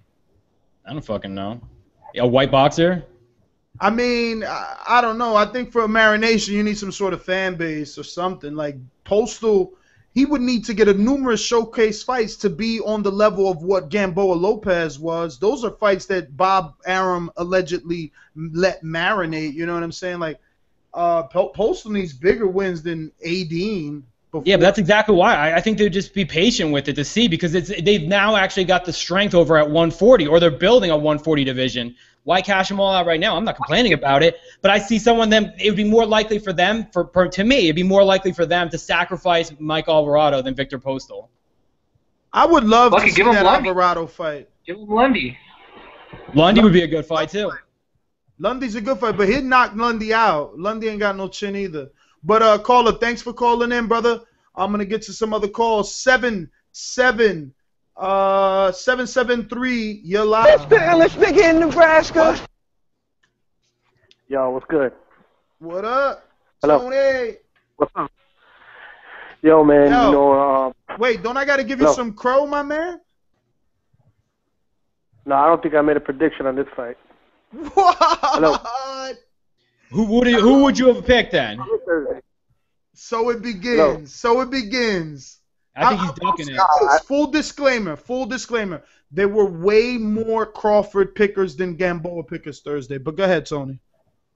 All right. No, I was just gonna say, man, that I'm gonna disagree with B, man, and it kind of kills me because I hardly ever disagree with B, but. To me, the size was a factor, and I'll tell you why. When I seen, first of all, when you seen him in the ring, I mean, the size was like apparent, like you could notice it. But more than that, it was like you seen how hard that Gamboa had to work just to get work in as soon as Crawford made his adjustment, and that's good for Crawford. You give him props for that. He made the adjustment, whatnot, and he made Gamboa have to really work to land those right hands. So yeah, I agree with you on that, B. But the size never even came into play until after the fourth round. He was shook. So that's why I don't agree with that. I mean, I see what you're saying, that the fact that his size allowed him to have more power for Gamboa, enough power to hurt him. But I don't think it was more how tall he was or how lengthy he was, because Gamboa was getting on the inside no problem. It was his adjustments and his skill set that allowed him to keep Gamboa off of him. He was doing everything you should have done against Gamboa. Right. But James, the problem is that that's completely ridiculous because how is the size difference going to show in the first 5 when guys like Vitaly Klitschko and Crawford were using their size to physically wear the man down? He was physically pushing Gamboa back with his tongue out, showing us that he was smaller. He was tossing Gamboa to the right. You don't remember? How many times was Gamboa's foot in the air because Crawford would push him? In one round, I got it written down, in one round, he forearmed Gamboa, and the fucking referee even made note of it, because Crawford was completely bullying the smaller man. But if you guys didn't see that, that's cool. No, but Gamboa had him backing down most of the first 4 rounds. That's all it was Gamboa coming forward. So what are you talking about? What happened was physically, he may have been a bigger dude to be. Rounds, James. Those first 4 rounds were for body work. Oh, I just think what happened was that once Gamboa got hurt, I don't think he ever recovered. That's exactly what I think. I think What he got happened? rocked He got real caught good. with a good shot. He got caught with a good shot. He never recovered. His legs never came back. That's all. Yep. Somebody tell me why Julio Cesar Chavez gets a weight advantage but Crawford can't. Ness. I think the thing that bothers me is people are still saying that Gamboa is a featherweight when he's clearly not a featherweight anymore. Yeah, but I'm not people. That's never come out of my mouth. You have to separate that from what I'm saying. I don't really have a disagreement with you, Ness, because you're arguing your point, very, very clearly, and you're articulating your point very well. I'm not arguing with you. At least you can back up what you're saying. If you believe that, then I respect what you believe. I totally do, and I'm not disparaging you in any way. But what I'm trying to say is, Crawford's big, but I don't even think Crawford's 135 pounds. I think he's 140 pounds. So it's not like Gamboa can't fight at 135. He stepped up and he fought a guy that should be probably fighting at 140. That's what I'm saying. So people say, oh, you should have stayed at 120. No, you can't stay at one weight your whole career. Most fighters can't do that. Floyd Mayweather still. Problem be because Thursday. Were you on Thursday? Yes. All right, so Thursday, remember that I said, man, Crawford went up to 140 and he handled British Prescott. Prescott is a natural 140, so that means he balloons up to 150 something. And you and I both said, look how well he handled Prescott. It's not the level of a Prescott because Green downplayed Prescott, and I believe Prescott's like a C fighter, but it's not the level of Prescott. It's how he handled the big. I alluded Thursday that the size was going to be a difference. Now everybody's calling in saying, "Oh, don't blame it on the size." What I'm saying is this though. My pick. What I'm saying is this: people are acting like Gamboa does not belong at 135. I still think he can fight at 135 and beat these other champions. I really believe that. I think Mikey Garcia does the same exact thing. I don't think so. I don't do. think so. I think Mikey Garcia does the same thing, if not a little bit quicker. I think he beats him, but I don't think he beats him in this fashion. Quicker. I think he has problems with knocks him out. James, take a step back and just like fully go through his whole box rec, right? And remember, Garcia knocks people out 8 to 10, so it would be around the same time. I don't know. I think he would do something like he did with Juanma, especially if he fought him right now. I mean, he's got a bigger punch. He's going to try to jump right on Gamboa the moment he gets out there. Especially now he saw how he could beat. It could happen. It could happen, but I'm not sure it would. You can't jump on Gamboa. That's when he's most dangerous in the beginning of the round. That's when he has the most gas and he can move the best. That's when he looked good in the first 4. If you could walk him down, you could catch him easily when he's coming on the inside. But I think Garcia would walk forward on him.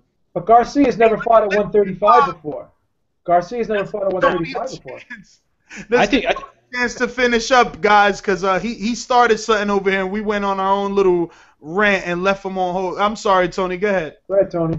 No. The only thing I was gonna say is that Gamboa is one of the most talented fighters in the world. Okay, he'll give any fighter at 135 problems. Okay, now that said, is that the best weight that he's suited for? I don't think he's suited for 135 right now. I think his absolute best weight is 130. That's what I think. And I think towards the 9th round, when he clocked Crawford in the 9th round and had him hurt, I think he was just kind of worn out from the extra weight. He couldn't finish him off. I think those extra 5 pounds really hurt him, man. That's what I think. And plus, Crawford was doing a lot of good work. He was hitting him to the body, wearing him down. He was doing a lot of good work, guys. I'm not going to discount that, okay? But I'm saying, is that his ideal weight? And I don't believe it is. You know what I'm saying? Okay. And I can respect that. I think Crawford was just a big guy. I think you're right. He is 140. But I still think, ideally, I think Gamboa right now is a 130 pounder. And I just think that he was just worn out. He wasn't able to finish off Crawford because he had him on Queer Street a couple times, actually. But whoever, I think it was James, you're right, man. He had him. He clipped him a couple times in that fight. But he wasn't able to hurt him because I think he was just, that weight just got to Gamboa. It was just like he was tired, dude. He was done. He was finished. He had no more. He had nothing left in the tank, man. He couldn't finish. All right, and I could say this for your point too. Vic texted us earlier in the week and said that he was hearing rumors that Garcia was having, or not Garcia, Crawford was having issues making weight too. So the final week. Drained at the weigh-in too. Well, that's arguing your point though. So. Yeah. Said like a month ago that he was gonna move up after this fight anyway, so he already knew it was time. Tony, I gotta get to some of the callers. Thanks for calling in. Right before I do get to those other callers, I want to shout out a UK listener that left a 5-star iTunes review. He goes by the name of Hanged DJ 78. He said a must listen for any boxing fan. Living in Scotland, I'm not able to listen in live, but this show makes my commute to work on a Monday and Friday so worthwhile. So many different options between the hosts and the callers make it a compulsory listening. The guys are never afraid to discuss the controversial topics and always let the callers state their opinion. Love the show, even if Ness does give Ricky Burns a hard time. Keep up the good work, guys, and I'll keep listening. Hail, hail. The irony that Ricky Burns just lost, that you read that too. Yeah. And this one is another review from the UK, but this one, is from England, and it's special because this one is the wife of Rob Palmer. Rob Palmer listens to the show, but clearly she listens too. So she says the title is "This Show Made Me Love Boxing," and her name is Laura. I hope I said that right. My husband is boxing obsessed, and every weekend he watches 3 hours plus of boxing. He would always talk to me about the fighters, but I would never take much interest until I started listening to this show. The enthusiasm and the passion of the hosts has rubbed off on me, and after listening to the show, I will always be excited about the upcoming fights. We regularly drive to from LA to Vegas, and this show makes the drives fly by. So definitely a big shout out. I'm going to always continue to read your reviews. And now for everyone that's in different countries, remember, I'm going to be reading yours as well. And I also want to give a quick shout out to Real Darnell Lee, who took the time out to personally let me know that he signed up to Audible using our affiliate link over on theboxingvoice.com/affiliate sponsors. And, remember, man, that money gets guys like Vic all the way over there to Omaha to, find out everything that he knows because, actually, something we need to share with you guys because it's because of all you listeners and, some of you, turn into guys that come over to the website and help us with the traffic. So Vic wrote a story for this fight and it was picked up by Top Rank and they put it in their program for the fight. So everyone that, bought or received the program for last night's fight, which was like 12,000 people, they got to read Vic's story and a really big they put a really big logo of the Boxing Voice inside the program. So that was a special moment for us, and we definitely wanted to share that with you guys because again, you guys have given us that power, man, by being basically the army, man, that stands behind us and supports us, and slowly but surely, we're moving up the ladder of boxing success here, man. We're being noticed. So I always want to take the time to thank every last one of you guys, man, as you can see. But Let's get back to the streets because so many callers. Everybody wants to talk. Crawford versus Gamboa. 646-478-3068. Press 1 if you want to talk. Ladies and gentlemen, please welcome Nelson. No, motherfucker, I didn't say my name was different. What the fuck? Oh, you said your name was Nelson. No, I didn't. You need to clean your motherfucking ears out, nigga. Love that intro. I fucking love that intro, too. What up, Ness? Yo, man, how are you going to call this the fight of the year? There wasn't any slickness. It was just rock'em sock'em, though. Yeah, right. You don't even believe it was rock'em sock'em. I'm just fucking with you, man. I'm just fucking with you because you were giving me a hard time about that shit the other day. I was telling you, man, that's exactly what fights of the year are made of. That's what people demand. They demand action. They demand people switching up their skills, man. That shit was beautiful. That was a great fucking fight. But what do you call it? I think some people are taking a little bit away from Crawford's victory though by making all the size excuses or whatever. Floyd Mayweather fights dudes that are 15 pounds heavier than him constantly, and he kicked their ass. So I mean, they need to come off that. I mean, yeah, Crawford had a little bit of a size advantage, he utilized it to his advantage. But hey, Gamboa, like I said before, he'd still beat almost anybody else in the division, in my opinion. The only other guy I'd really favorite clear. You're agreeing with me this week? Miguel Vasquez. You're agreeing with me this week? I think I'm going to fall out of my chair. I'm going to fall out of my chair. He's actually agreeing with me this week. Man, I said it last week too, B. I said the exact same thing. Thank you for agreeing with me, man. Mikey, I think I'd favor Mikey over him just slightly, but he's not even up the weight yet, technically. I was just talking about because like, you left that name 135. out. You left that name out, so I wanted to be sure. Yeah. At this moment, I'd favor Mikey over him because Mikey's technique is too clean for me to think that Gamboa could really exploit him. Even the way he kind of did with Crawford, because Mikey's got a better mid-range game than Crawford does. Crawford's better on the inside, though. Crawford's a beast, man. He's such a fucking worker. I can't believe this guy's agreeing with me this week. I'm gonna fall out of my chair. Now, we didn't talk about the Earl Spence fight yet. Tell me something, bro. What did you think about that fight? I mean, I thought Earl Spence looked good, man. He looked a lot better than I thought he was going to at 147, to be honest with you.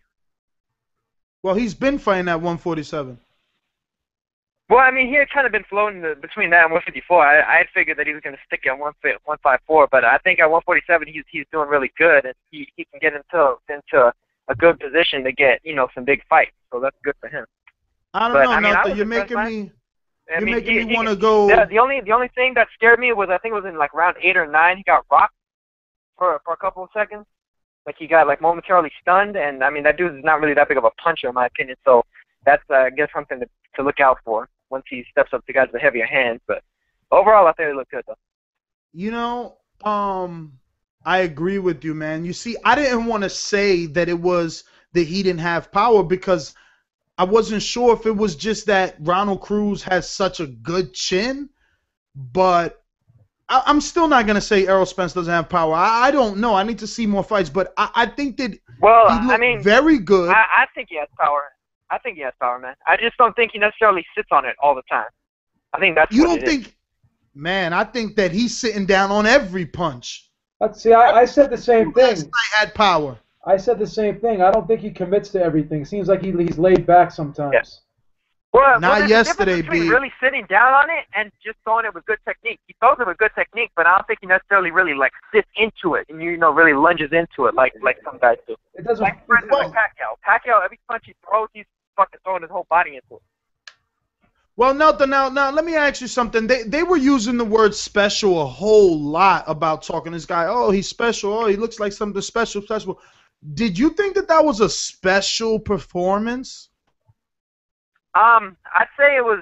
I wouldn't say special. I'd say above average. I'd say B plus ish. He didn't look ascendant. I felt like he looked so good, right? Very solid, like everything you want to see from a prospect. But because they've hung this special title on him, I was waiting for something to happen because this is not even the level. This fight wasn't even the level of Broner versus Litzau, but he knocked Litzau out. Yeah. See, that to me would be like if you were going to call somebody special now. Well, not even really that so much because Litzau already had a weak chin before that. He was known for that. But like say like yeah, but Gamboa he still was coming off the biggest win in his career. He still had just beat Celestino Caballero.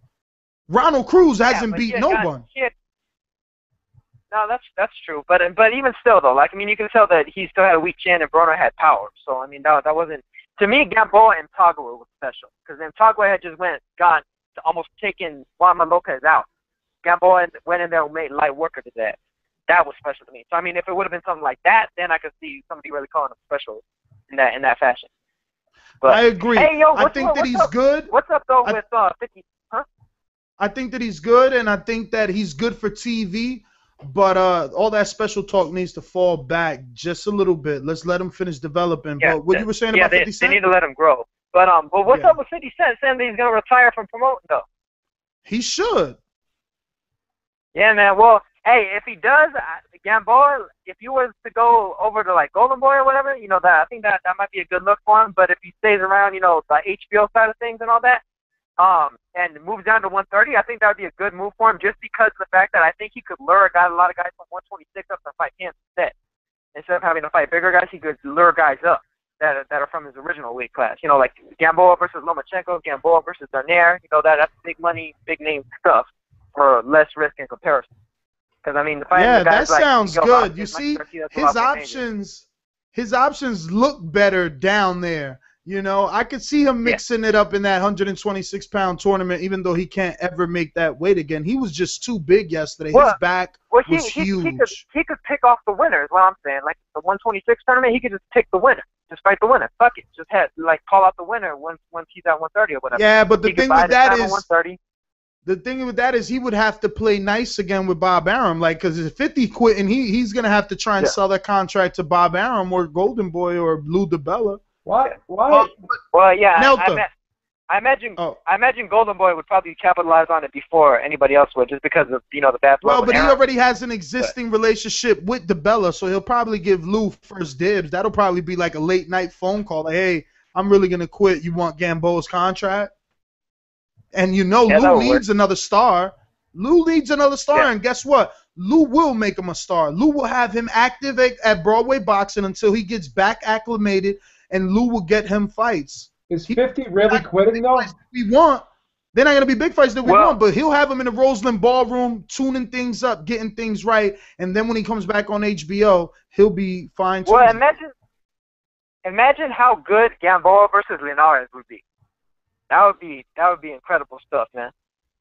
Is 50 really quitting? 100% for certain, or is it just floating out there? I don't know. That's Nelka saying that. That's what he was tweeting yesterday. He tweeted that shit yesterday on his Twitter. Well, he said that hey, Nelka, let me get to some other callers, brother. Mexican. We got a lot of people here, man. I'll be right back. No problem. Let me see. 111111. I'm hoping this is our Sweden caller. Let's begin, Nebraska. What? Finally. Sweden, is this you? Am I on? Yeah, you're on. Nez. Nez is here. Guys, oh man, I swear to God, oh my God, the show is very addictive. What's up? Trust me, I'm still up.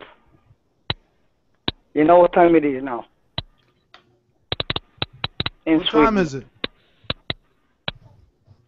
3 in the morning. That's 3 a.m. Wow. 3 in the morning over there. Boxing fan. Listen, enjoy the show. Good stuff.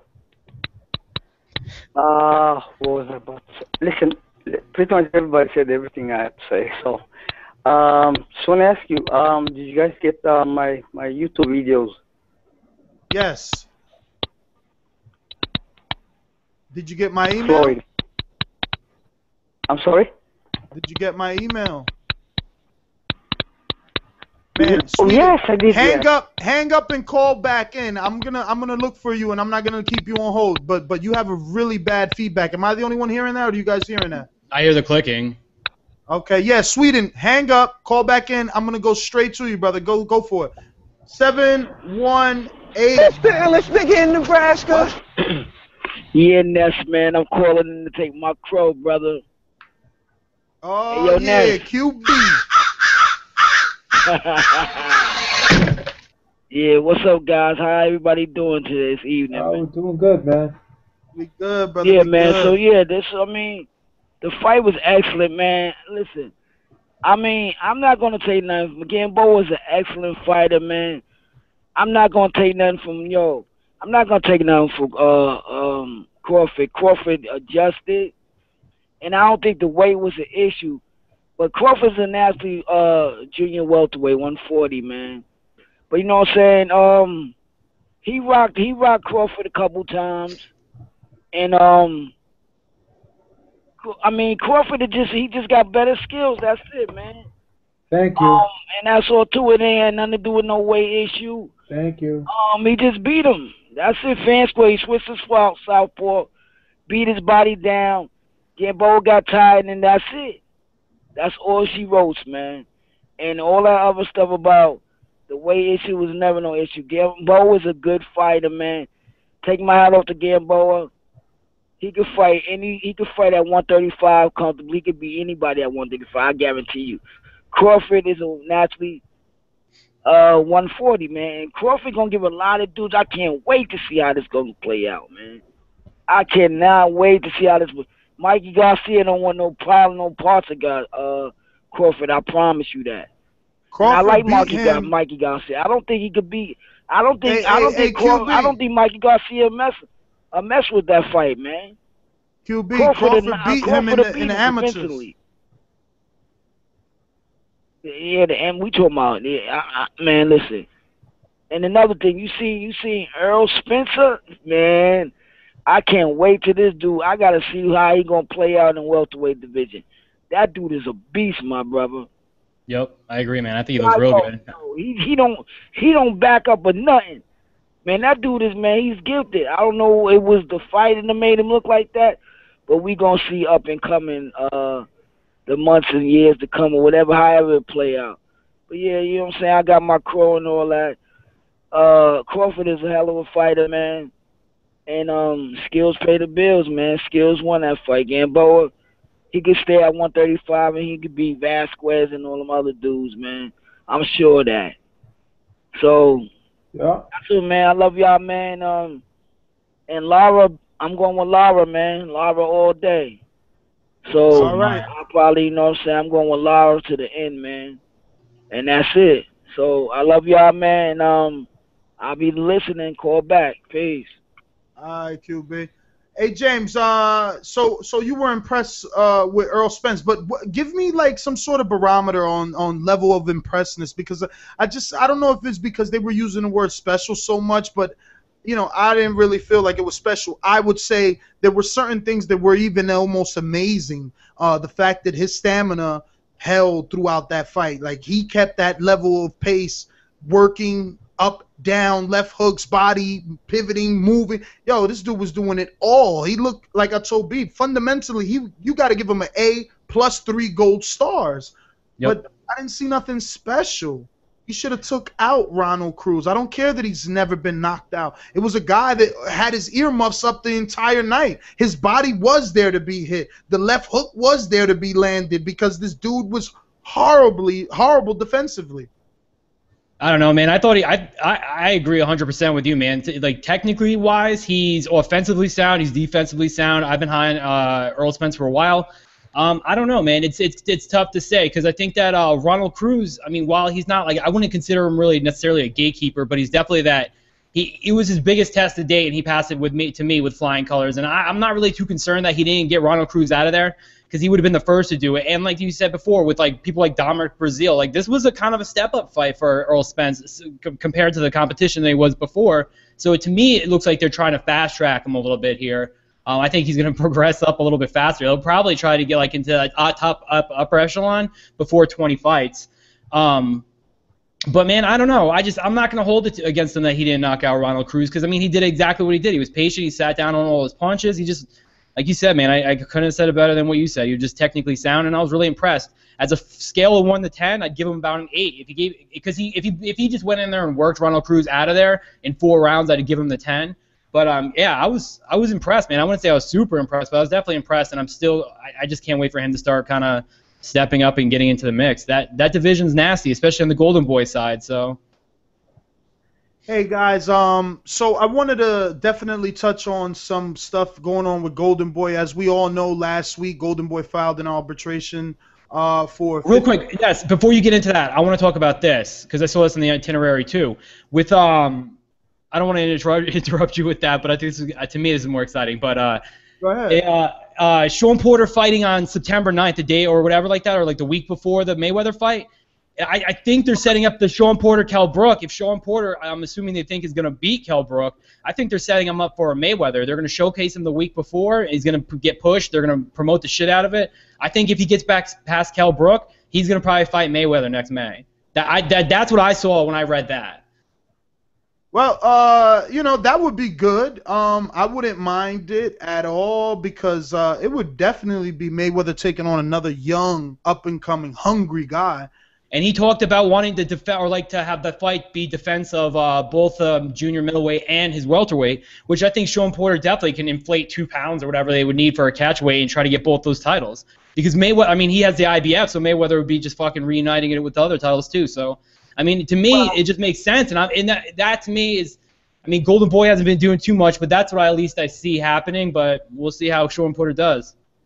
Well, Porter Brook finally being a done deal is a step in the right direction. Hearns told ESPN that the fight that was scheduled for August 9th is now going to be slated for September 6th, and that both parties have signed all contracts for the mandatory bout.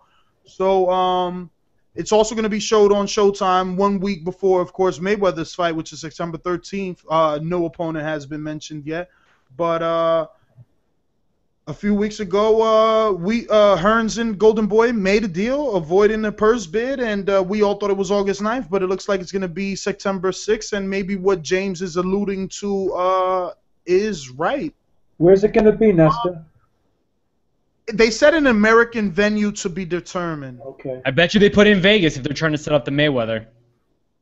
Now, speaking of Mayweather and Porter, one thing those guys have in common is Al Heyman, and as of late, like it or not, everyone has that in common. And you can add Vasquez, Miguel Vasquez, and you can add what looks to be Vanez Martirosyan. They both have signed to Al Heyman. So Vanez Martirosyan is going to be used as a fucking like a pawn. That's all he's going to be used for with that.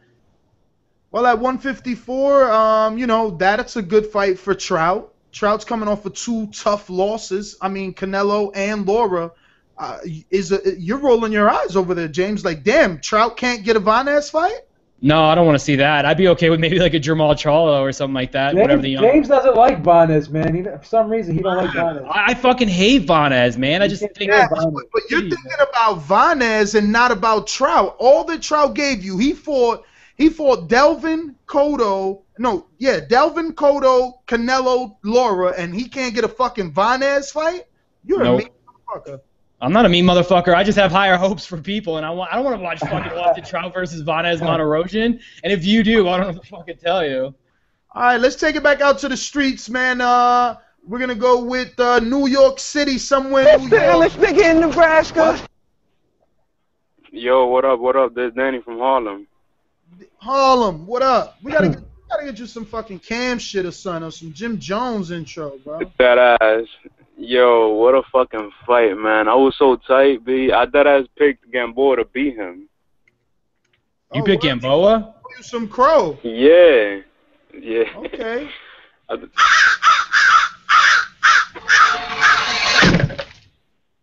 Man, I think Gamboa was just acting. He was just being stupid. He was being too desperate.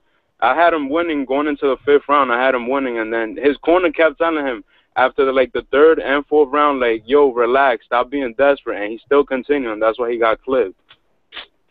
Fucking pissed. Yo, but Gamboa, those first 4 rounds, though, had me shitting bricks thinking that my pick was going to be completely wrong again this week, so I'm just glad fucking Crawford didn't disappoint me and break my streak. Crawford before the 5th was like the 1st round. I think he won that. And the 2nd, 3rd, and 4th, I felt like Gamboa comfortably won those rounds. I gave Gamboa up, I think, until 4. Let me check my card real quick, but I had him clean sweep. I think that Crawford won the 2nd round, so we can see. I gave Crawford the 4th round, James. But I'm checking my scores right now. That's because they were close rounds, though. I thought Crawford won the fourth. Round. I gave Crawford the fourth. I gave Crawford the fourth too. Ness, who'd you give the fourth to? Let me see. Let me pull up my card. Sorry, guys. All right. I scored everything this fucking weekend. I even watched the Burns fight, man.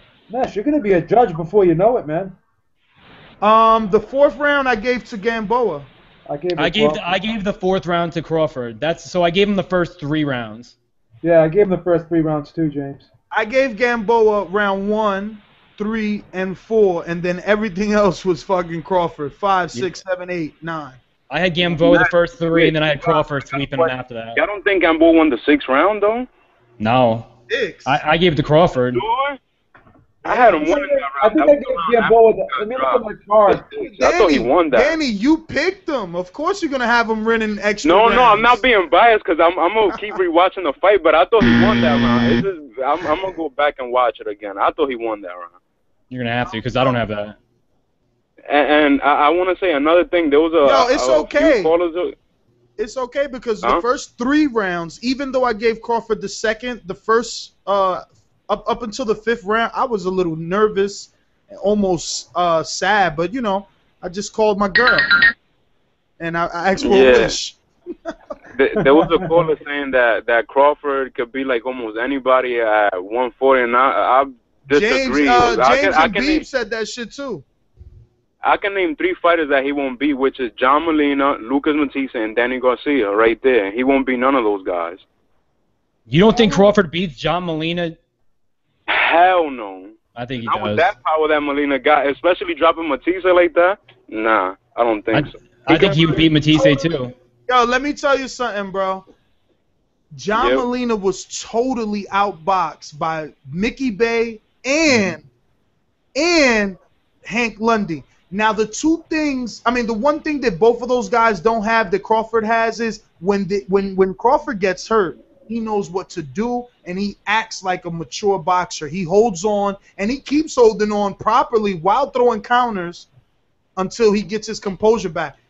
Lundy didn't do that, and neither did Mickey Bay, and that's why they got knocked out, both of them in the 10th round of their fight versus Molina. But Molina cannot do that versus a boxer.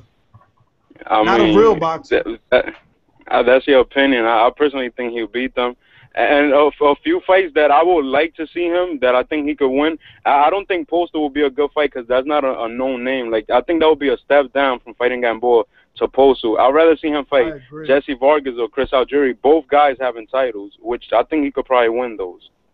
I don't think they went Jesse Vargas. I don't think Jesse Vargas would take that fight, though. You don't think so? No. I mean, he does need a step-up fight, though. Jesse Vargas has been fighting nobodies. Exactly. I think it's time they throw him to the wolves. Fuck that.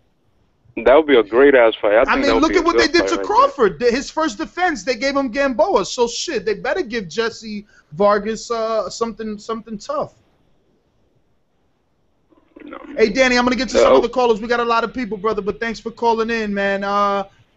It looks like we got Ken on the line. Hey guys, how you doing? What's up? It's the illest nigga in Nebraska. You love that soundbite tonight. I like it too, man. Awesome card. I think the unexpected produced for us pretty much so far the best fight of the year. 2 skilled guys coming at it with heart, making adjustments. This is what boxing's all about. Going back to the beginning of the call, I think I agree with both Ness and Beeb with certain points they were making with respect to weight. I do think Gamboa is a proper lightweight. I do think Crawford was bigger than him, but it's a proper 140-pounder, I guess. I do disagree with the degree of success you guys think that Crawford will have at 140. I agree with this last caller, and I'm glad he made the point that he made. I don't see how Crawford is going to be that successful at 140, to be honest with you, unless he's dramatically stronger at that class. And it's not to take away from his boxing skills, but we saw what Gamboa did to him with just some wild punches. I mean, you got to keep in mind with Gamboa, he had a real strong defect, and that was that he could not keep his left hand up. And Crawford knew to capitalize on that. The body work plus the right hooks to the head were really what took Gamboa out of the equation. And even so, like another caller said, which I thought was a great line, if he wasn't on Queer Street, he was actually bi-curious.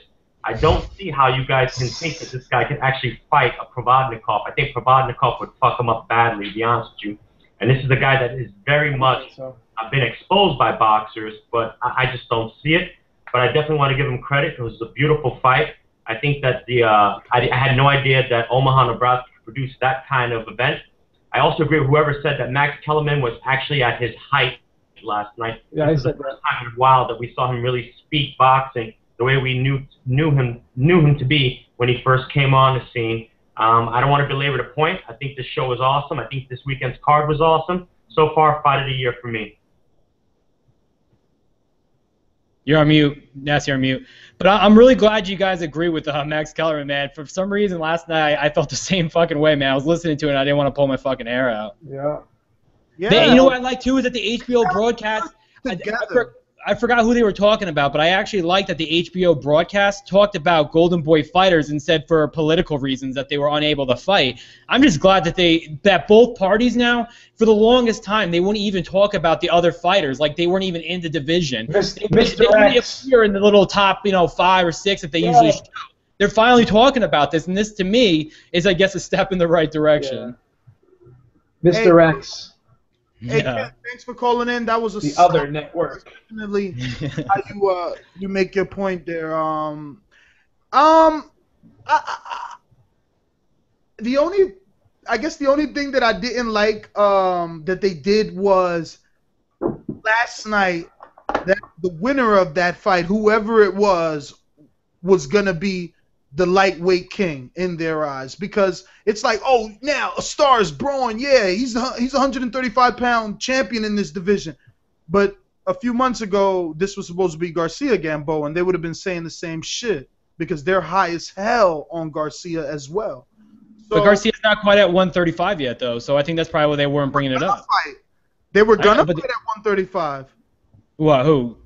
Oh, I know that. No, that's what I'm saying. But the fact that he didn't, this is to them. This is the only. I mean, he's not technically a lightweight yet. So I see what you're saying, though. I know the point you're making, but I could see why they didn't bring that up and why they said what they said.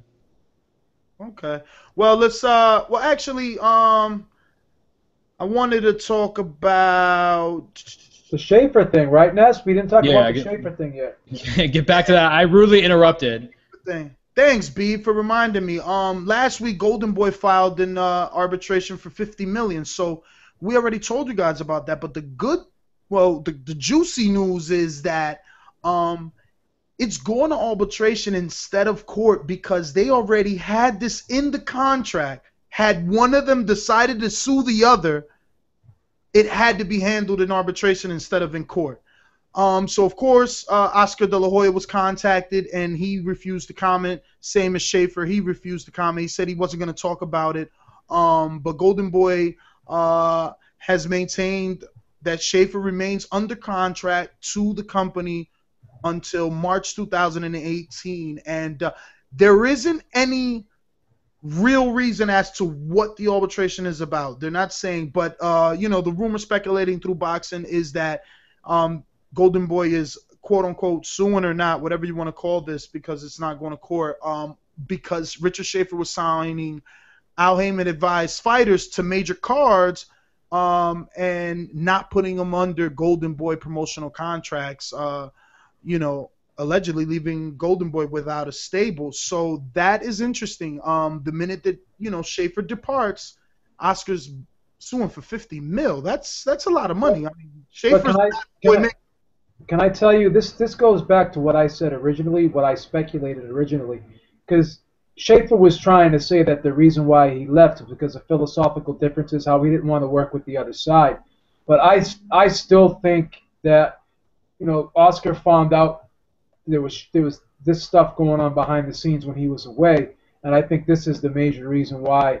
And I don't think Schaefer necessarily, I think he kind of tried to save face by resigning, because I think Oscar would have tried to push him out the door. So this was kind of like resignation in lieu of termination type situation. I think Oscar was going to fire him because he found out of all of the stuff that was going on behind the scenes that Schaefer was hiding from him. So and then I think that Schaefer just tried to put a happy face on it and throw up this smoke screen that it was more or less philosophical differences. But I just think it was him getting caught with his hand in the cookie jar. The interesting thing is that we kind of alluded to this when it first broke. I remember, I believe even you and I both said something like maybe Schaefer was given the opportunity to resign to save Bates, you know what I mean? But termination. This looks like something that they already knew about. But without further ado, and now, here's Vic.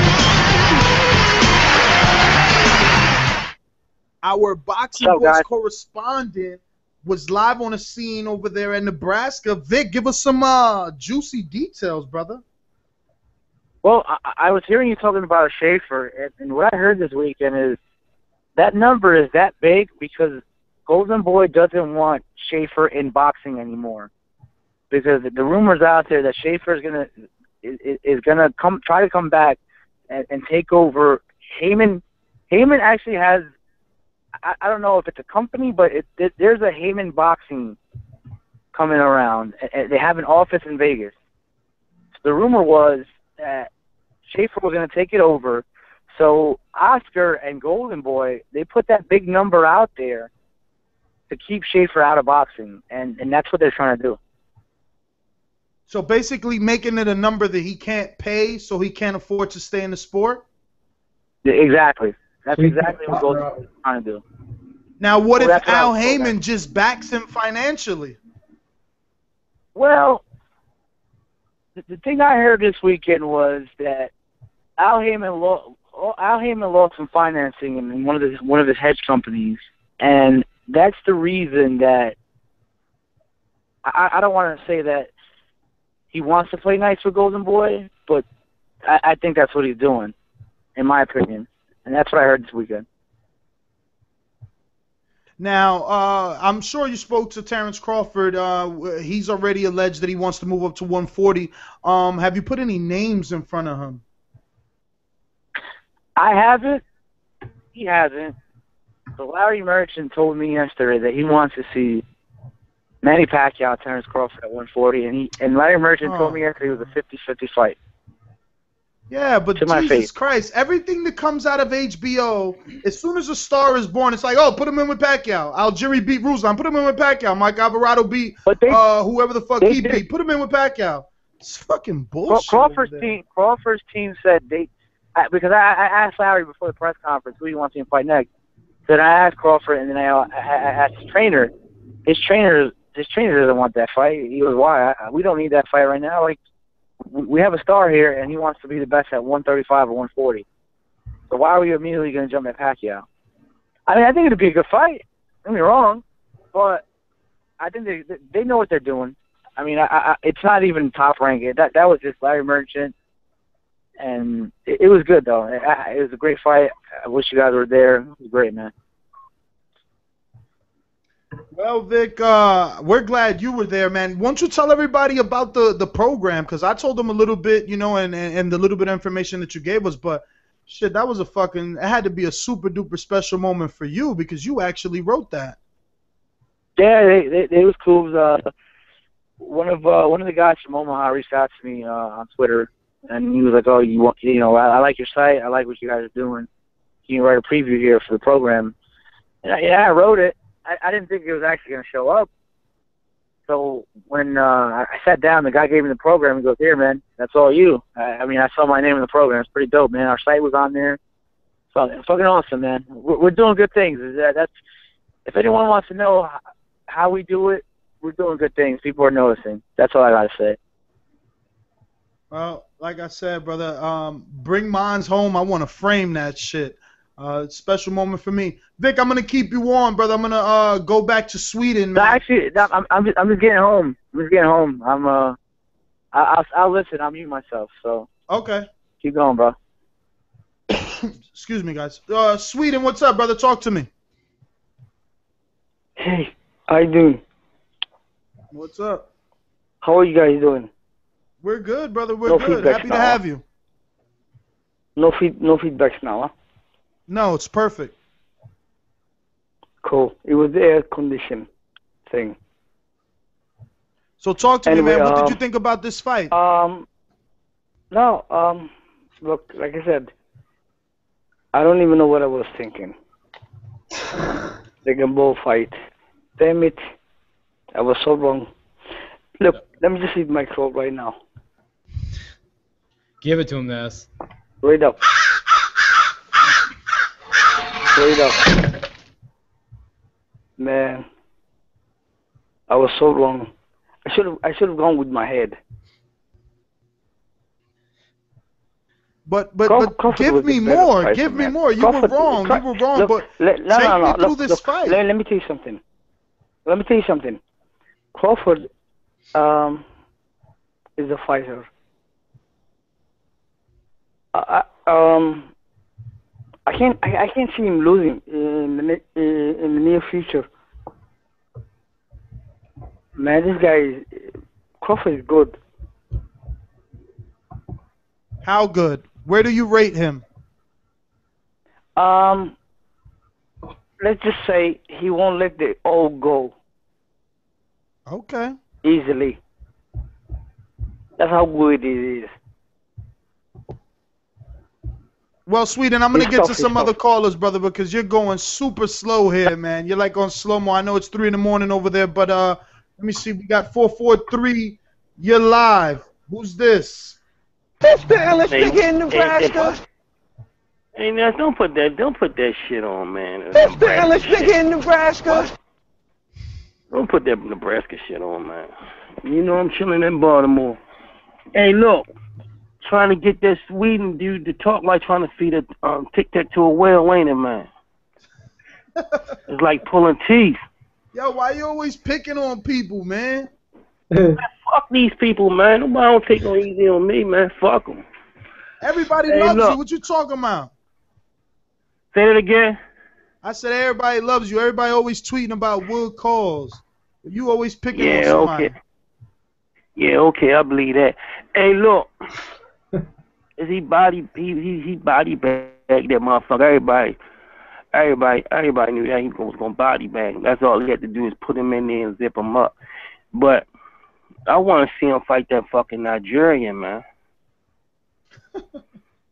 I want to see him fight that Nigerian. That's because we need to snuff that White Hope shit before that shit get any before that shit grow legs. We need to snuff that White Hope shit in. What Nigerian? Are you talking about Nicholas Walters, the Jamaican? No, he's talking about Algeria. Oh, the Nigerian. You know who the fuck we talking about. We talking about that motherfucking Algerian. What is motherfucking, what he is now? We need to get rid of that motherfucker. I don't like the way he box. He do too much fucking running, and he got his head fucking beat in, and he still won the fight. He got he smashed the fuck in. I thought you don't give a fuck about fighters. I thought you only want to see the good fights.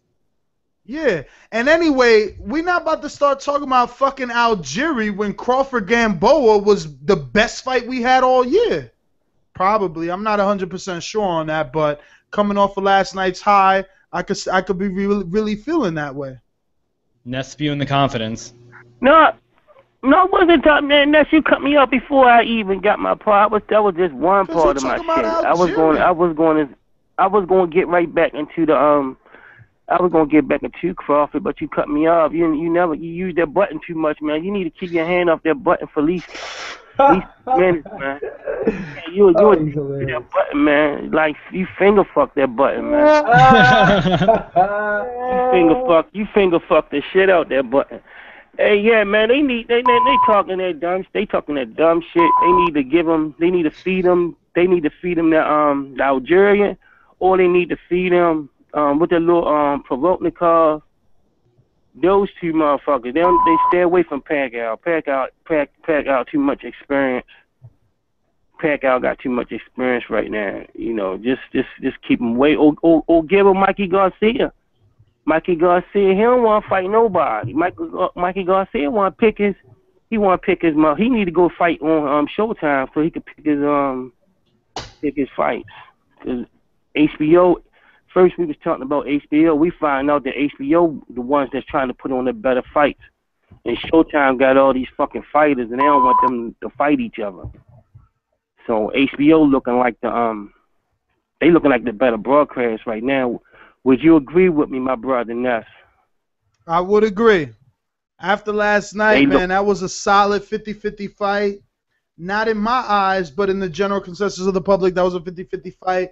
And HBO, you know, you got to give him credit for Alvarado Marquez. That was a pretty good scrap. Algieri Provatnikov. You know, after the Emmanuel Taylor, me and Beeb said way back then he could beat Ruslan, and look, he ended up doing it. You know, I'm glad we are talking about the Algerian because of you. Beeb, oh fuck, James, are you there? Well, Slug, excuse me, not Slug, shit, Wood. And don't mention that motherfucking Slug. Don't mention that motherfucking Slug, man. You might talk that motherfucker up. Hey, Wood, did you watch Friday Night Fights? Yeah. How did you feel when Teddy Atlas and ESPN as a studio was basically telling you that Ruslan won that fight and that Algieri didn't? Didn't I say the same thing, Teddy Atlas? Man, Teddy Atlas thinking like, didn't I say that? Okay, didn't he so say the same thing? Didn't he say the same exact thing I said? Me and Teddy thinking like. Is I'm right or wrong? So you had Algieri winning that fight. Okay, you were one of the few. Okay. But then I say that. But then I say, me and Teddy said the same thing. This guy was running. What do you want, points for that? He was hitting and you running. Want points and for that? whole, Because I think running, you and Teddy you can't win. were You both can't crazy. take nobody's title like that.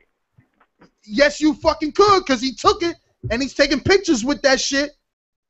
Yes, the fuck you could. This is boxing. This ain't slugging it out. Who hits don't harder? commit a crime. Don't because a motherfucker commit a crime don't mean he right.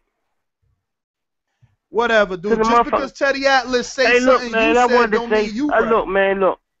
We got we can agree to disagree on that shit. We ain't gonna see the same way.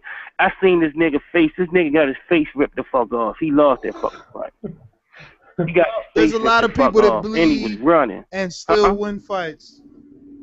Yeah, but look, man, that's the way you see. That's the way you like your champions. And then, man, you're a two-sided talking motherfucker. You know why? Then you would talk about you would talk about the other motherfucker. You would talk about the other motherfucker winning his fights and looking scary and shit. What's his name? What's the nigga name? Yo, Khan. You would talk about Khan winning fights. Scary as shit. Look at fucking the Algerian when his scary ass motherfucker. You ain't never see Khan. You can't even compare. You ain't never see nobody fuck Khan. What? You can't even compare fucking Algerian Khan styles, man. You crazy? Algieri was fighting, man. How many fucking punches did he land? How many punches did he throw? What the fuck is you talking about? Running scared. Scared? You're crazy. Man. You'll see this next. You'll see, man. We will. Turn that soundbite off.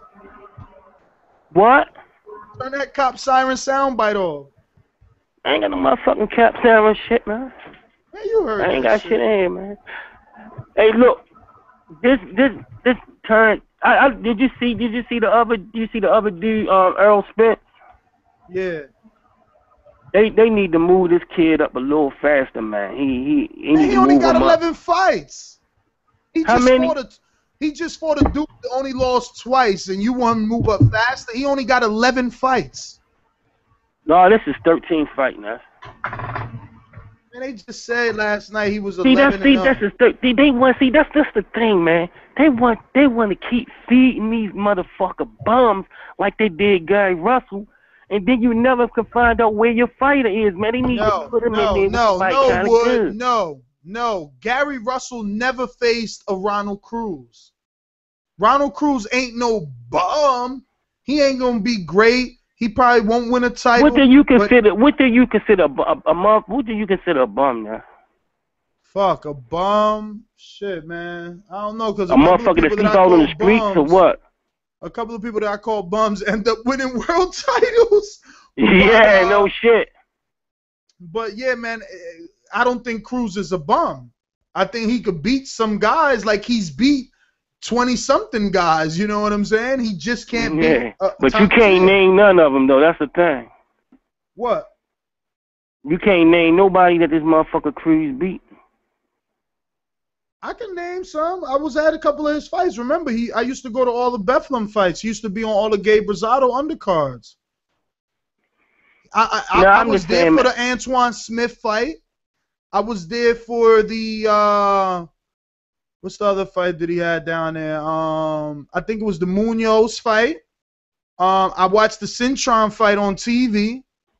He fought Cintron. Yeah, he fought Cintron.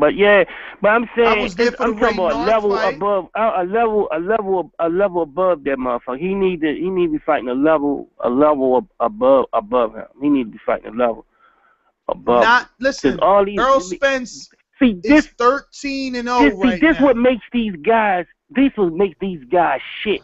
You know why? Because you got, like I said a couple of months ago, probably close to a year ago, you're only going to be great and good unless you fight people that people know. Like with Gamboa did not lose. Gamboa did not lose yesterday. Gamboa, both of them motherfuckers was the winner. Gamboa gonna get another fight. Gamboa gonna get another fucking fight. He look vulnerable right now. That's gonna make somebody think they can beat him, and he gonna get another fight. If you keep winning, motherfuckers ain't gonna fight you. You gotta look bad. You gotta look bad to get a motherfucker. You gotta look bad to get these motherfuckers in the ring. I think Ronald Cruz is perfect for Earl Spence right now because with you talking about him wanting to move up faster, I think in his 11th or 12th fight, even if it was his 13th fight, I still think that Ronald Cruz is the perfect opponent for him. I mean, I don't perfect, James. I think that Ronald Cruz is a good step up. Especially at 12-0, and now with this win, he's 13-0. You know what I'm saying? What is Russian, dude? You can't. The dude's got 13 fights, man. That's Russian. You can't rush him like you would Lomachenko or like Rigondeaux because he's not on that level. But I definitely think that this was a step up, faster than I thought he would actually have stepped up too. You know what? You know what the problem is, James? He's an Olympian, so all this hype, but they don't know. See, we interviewed Earl Spence when he was just an Olympian. We were one of those shows that did a couple of highlight interviews on Olympians, and he doesn't have an extensive amateur background. He's just naturally good, so he was able to go to the Olympics. But he's not one of these guys with hundreds and hundreds of fights. That's not him. But let me take some callers here. 316. You're live on the box. It's the illest nigga in Nebraska. What? 316. Crickets. Listening in, no problem. 443. It's the illest nigga in Nebraska. What? Hello? Hello? Oh, that's me. Hey, Ness. What up? Hey, Ness. Did y'all see what Stephen S. Mills was tweeting last night during the fights? No, man. I was too busy watching the fights. What did he say? Well, he was just talking about how the fans in Omaha weren't happy with the card and stuff like that, and it seemed to be like a disappointing card, and just really trying to downplay the whole thing, and that was before the Terence Crawford fight. Oh, so basically he was just haters. Because that fucking crowd looked like they were happy. I don't know what Espinosa's talking about. He was saying because the fights before the Crawford fight, and I guess the fight before that, the crowd was doing and shit like that. I guess there wasn't a lot of action. The Korobov fight? He's not lying because the Korobov, wait, it was... Yeah, Korobov. Korobov, his fight was ass, and that's where HBO didn't shine because they were trying to sell him as Triple G's next opponent, and actually no, they did good there because they even said like, oh, I would rather see the other guy even if he lost instead of Korobov. So they did good, but yeah, they were people booing for the Korobov fight. Man, you got your radio playing in the background, I just don't understand how he could come off saying something like that when this dude is paying to see Danny Garcia and Lamont Peterson fight bums or the 77th ranked lightweight in the world where, and actually I had an interaction with him last night because I tweeted him. And I was like, why can't they get into the ring together and fight each other? And he was like, that wasn't an option. So you're going to tell me the next best option was fighting the 77th, best lightweight in the world? You could have put him in with a top 15 junior welter or something? Jesus Christ. Not only that, they plucked this guy, Rod Salka out of the fucking 135-pound division. But 443, let me get to some other callers unless you got something else because we got a lot of people lined up here. Oh, yeah, one more thing. I was trying to call in a couple weeks ago about this, but I really think Al Heyman is going to be a detriment to all of his younger fighters that he has. I mean, just with the Gary Russell thing, with all these guys that they're fighting while they're coming up, they're nobody, and they're not getting the experience when they finally fight at that top level. So, I mean, to me, other than a couple of fighters that he does have, Porter and Mayweather and stuff like that, I really feel like a bunch of his younger ones aren't going to be prepared when they step up to title fights. I don't know because you see he's a little iffy. Like you got to remember he put Daquan Arnett in there with Eddie Gomez, and that was at 17-0. Some guys he chooses to put tough. Think about Fernando Guerrero. Fernando Guerrero's been signed to Al Heyman for a long time, and he was put in there. He was being treated nice and being built up. He used to sell 8,000 tickets over there in Salisbury, Maryland, and shit. And you know his first step up was Grady's Brewer. And he lost, and then Al Heyman didn't get rid of him. He put him in another fight with Peter Quillen, and he lost that, and he just kept losing. But look at Devin Alexander, Al Heyman fighter. He was put in tough. He got put in versus Porter. He was gonna put in versus Brook. He also just got put in versus Tough Soto Karas, which you can see. Even though he won that fight, he took a lot of shots. There are some Al Heyman fighters like Danny Garcia who have been put in tough all throughout their career.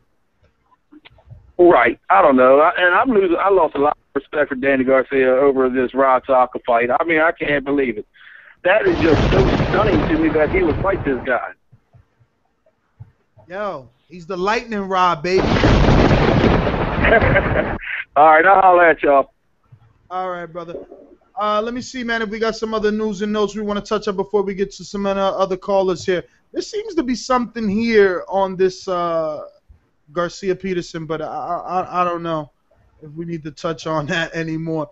But dude, your favorite fighters' numbers were horrible, James. 350,000 buys. HBO pay-per-view top-ranked chairman Bob Arum told ESPN that was the figure. Yeah, I thought it would have been more. I thought it would have been more than that, but I mean, I think it just this comes down to just the saturation and the amount of fucking pay-per-views there are. And I mean, there was plenty of build-up for the fight, though. So I mean, there's really no other way to explain it other than maybe people just weren't interested in Miguel Cotto. I mean, him being Puerto Rican clearly drove that, but I mean, I don't know, man. It's because I mean, if you remember, to the build-up to this fight, it was on YouTube videos as advertisements. It was on commercials. I saw it everywhere. So it's disappointing, though, to say the least. I thought it would at least be over 500, 600,000. So for July 4th weekend, guys, we're going to have a slow fucking week of boxing. Wow. It's only going to be Michael Katsidis and Graham Earl in a rematch on an untelevised Australia card. Billy Dibb is going to be back in action in ESPN. He's going to be moving up in weight to junior lightweight, 130. He's going to be fighting Alberto Garza.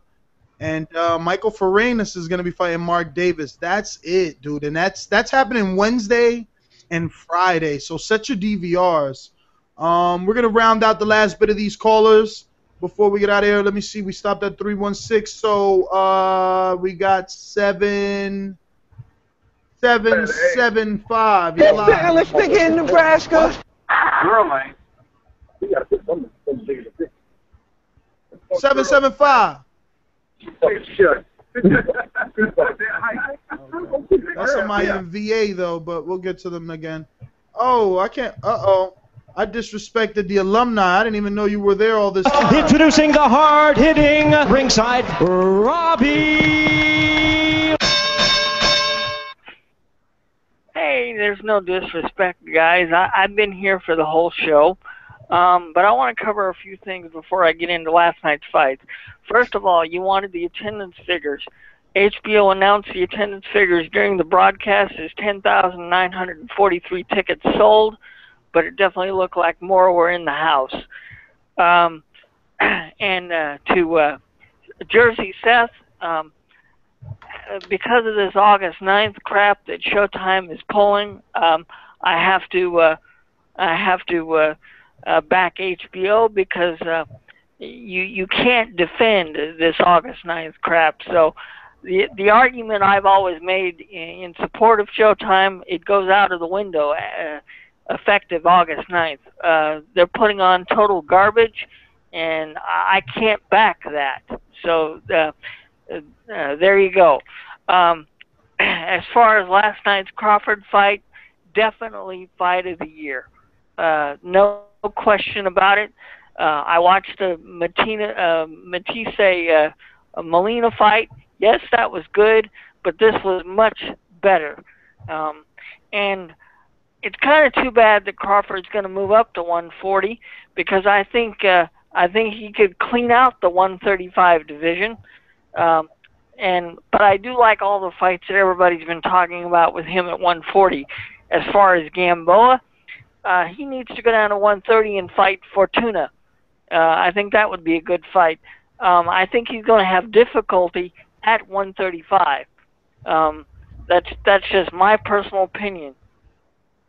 I'm not mad at Terence Crawford for not cleaning out 135 though. I mean, if there was someone there that I thought would be competitive, if Mikey Garcia says he wants to come up to 135, I'd be a little bit disappointed to, I guess, if Crawford did vacate without taking that fight first. But I definitely think that he's better than everyone in that division, so I'm not mad at him for moving up. No, I'm not, James. I didn't say I was mad at him for moving up, and I like all the fights that everybody's talked about. This Pacquiao stuff, no. Don't put him in there with Pacquiao. He needs to fight other people, like everybody's been talking about. Algieri, Borotnikov, Alvarado. I think Brandon Rios is going to disappear after his next fight because I think he's had too many, and I think Chavez is going to win that. So Rios will no longer be on the scene. But Crawford needs to fight people like that. Hell, I think Crawford would even give Broner a good fight. I still advocate that Garcia should be fighting Broner, but hey, we're going to get the 77th ranked fighter. What can you say? And I'm glad they put the Porter Brook fight on in September. And I do think you're right, James. I think the fight will be in Las Vegas because they are going to set him up for Mayweather. I agree, obviously. All right, Robbie. Let me get to some other callers, brother. Thanks for calling in. That was a great call. 415. You're live on the Boxing. What's the illest nigga in Nebraska? What the hell is that? Hey, it's Darwin from San Francisco. What's up, Darwin? We're looking for the illest nigga in Nebraska. That's why. I'm just calling in right now, so I don't know if you guys touched on this. I was watching the Gamboa fight yesterday, and I thought Gamboa looked good early, but Crawford did his thing, and he took over. But did you guys see? I think Crawford he got kind of hurt, like he got pretty stunned before sometime in the 9th round before he fought Gamboa. Yeah, I think he was hurt a few times. Not necessarily. I think the 9th was probably the worst he was, but I think definitely in the first few rounds, especially the 3rd or the 4th, I think it was. I definitely think he got shook up, like me and B were talking about earlier. Yeah. Yeah, I mean, Gamboa, he was pretty much, he had him hurt, but he was just winging punches, and pretty much he was asking just to get knocked out. But I know he's always like that, wild and shit. Yeah, he came right, as soon as he got hurt, he came right at fucking Crawford, too. He didn't even take any steps back. This guy's got heart, and I also liked at the end that he said he had no excuses and all that shit, and he's, like, taking it like a man. So I'm always happy when fighters do that.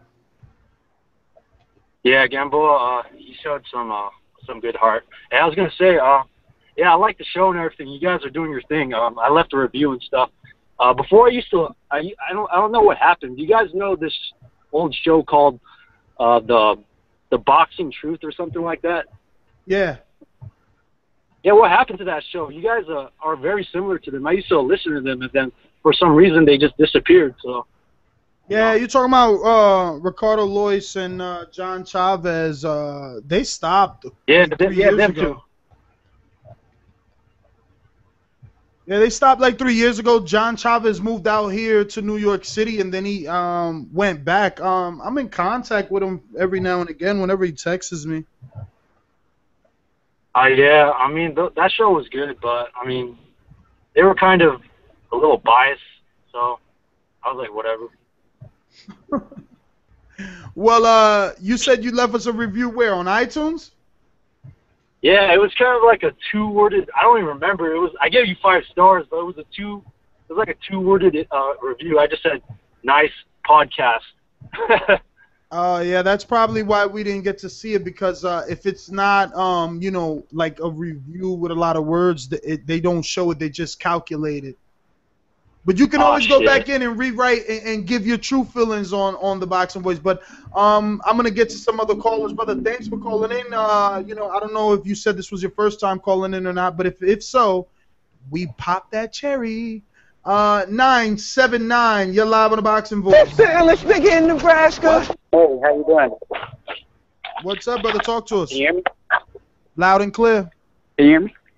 Loud Sweet, and sweet. clear. Hey, man, I was just basically calling in to tell you, hey, man, you better retract that pick on Laura, man, because that's the same thing that's gonna happen to what happened last night is gonna happen to your boy on July 12th.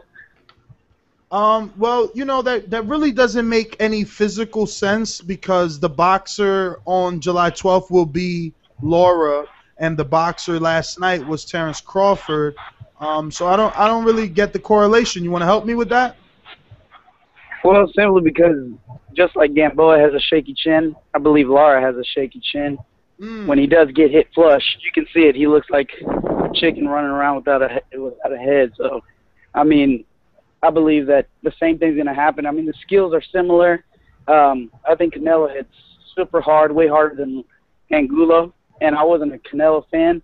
I'm not a Canelo fan, but I just, it's kind of going to be exactly the same.